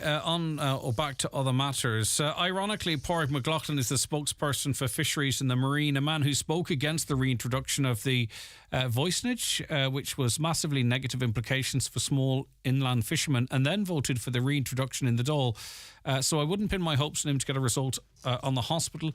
It would appear from your initial interactions with him that the figures he worked on over the weekend on funding missed the point. It was only on you pointing out that the hospital needs to be upgraded. Only when you pointed this out did he adjust the position. So for a man supposedly working on this issue for years, he appears to have a poor understanding of the issues. I don't think that's a fair assessment. I think most people across all political parties speaking on the hospitals issues are well versed. But listen, that's your opinion. A caller says Sligo Hospital has a 359 bed capacity. The population of Sligo, 69,819. LK, Letterkenny University Hospital, 302 beds. Letterkenny population, 167,000. Why is that? Letterkenny has a smaller hospital with such a big difference in population, not to mention refugees that have come into the county since. Is that actual Sligo's population? Because, of course, Letterkenny, Sligo University Hospital services at North Mayo, I think North Roscommon, Leitrim as well. But anyway, be that as it may, your point, for the most part, still stands there. Greg, we in Ireland do not know enough about the situation in Israel, Palestine, Gaza, the history, culture, etc. It's complicated. All I can see is the Old Testament being revived and the same wars and massacres and destruction being perpetrated. There's not a lot we can do, only to try to suggest humanitarian and peace plans. It would fit President Higgins to look at the 1,000 killed in Ireland since 2019, which was facilitated by the stroke of a pen. They're referencing abortion there. He could do something to stop or lower the number of these deaths. Is that a false equivalence, though? We're talking about the people of Gaza and Israel, of course, being murdered in their thousands, and comparing that to abortion in this country, which many see as healthcare, as many don't, and which the majority of people in this country voted in favour of.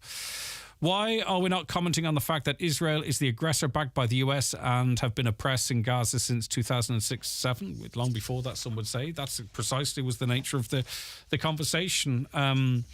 Greg, I'm sorry to disagree with Liam on the 1948 date as the start of the Israeli-Palestinian war. It started over 4,000 years ago, and I've stuff together to that effect, but I agree with most of his other statements. Thank you for that. Just to remind you once again, the redress focus groups, they're holding their update and support meeting tonight at 7 p.m. It's in Ungrianan Hotel in Burt. Everyone is welcome, so get along if you don't mind and support the work of the redress focus groups. It's a relatively small amount of people doing an awful lot of work that is making a difference in certain areas, one step at a time. So you can get along to Ungrianan Hotel Burt to get an update and support and just to chat, really, I suppose, as well, tonight at 7 p.m. There are 6 narrow bridges on the road from Letterkenny to Glenties. These bridges recently had work done on them, but instead of building them wider and making the road safer, they built them exactly as they were. How does this make any sense? I don't know. Yes, Halloween next Tuesday. Greg, time I hate. I'm so scared of bangers. Yeah, I think most people don't, unless you're the person using them, and I haven't really, so I don't know. Bangers and fireworks are unpleasant. Greg, I'm not being facetious, but I was just wondering how many cow farts would it take to equal the air pollution from the bombs, etc., exploding in both the Russian-Ukrainian and the Israeli-Palestinian-Hamas war? It is affecting climate change. I don't hear any government politicians, climate protesters, or even our president talking about this air pollution, or did I miss it? There are some speaking about it, of course, but not in the way not world leaders like you're talking of. Billions involved in profits for the munitions and ammunition industry. Is that why no one is complaining? I'm heartbroken at the thousands of precious lives lost in these wars. There are many, many different contradictions in this world. Oisin says, no sides, but take a look at the history. We, the West, created Israel initially to solve a problem, but eventually to control a region. Hence, Israel created terrorist groups. The brigade which carried out the attacks was the most extreme, with the result Hamas shall have to negotiate with them for hostages. The whole Arab world is not eating popcorn. They are getting angry now.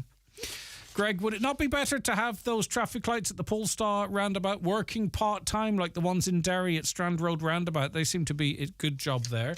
I presume the council aren't ruling anything in or out. They're reviewing what's going on. It's a complex junction on a relatively small roundabout. They've just been switched on, in fairness. They're out there with their laptops assessing traffic, moving sensors around. Too slow for some people, but look, personally, I'll wait a month and see what the story is then. But some might say, well, that's easy for you, Greg. You're not running a business that's losing out. So I understand all the variations. Okie doke, that's Tuesday's show in the bag. We're back with you tomorrow morning at 9 for another episode of the 9 till noon show. From me, Greg Hughes, and Caroline Orr, who researched and produced.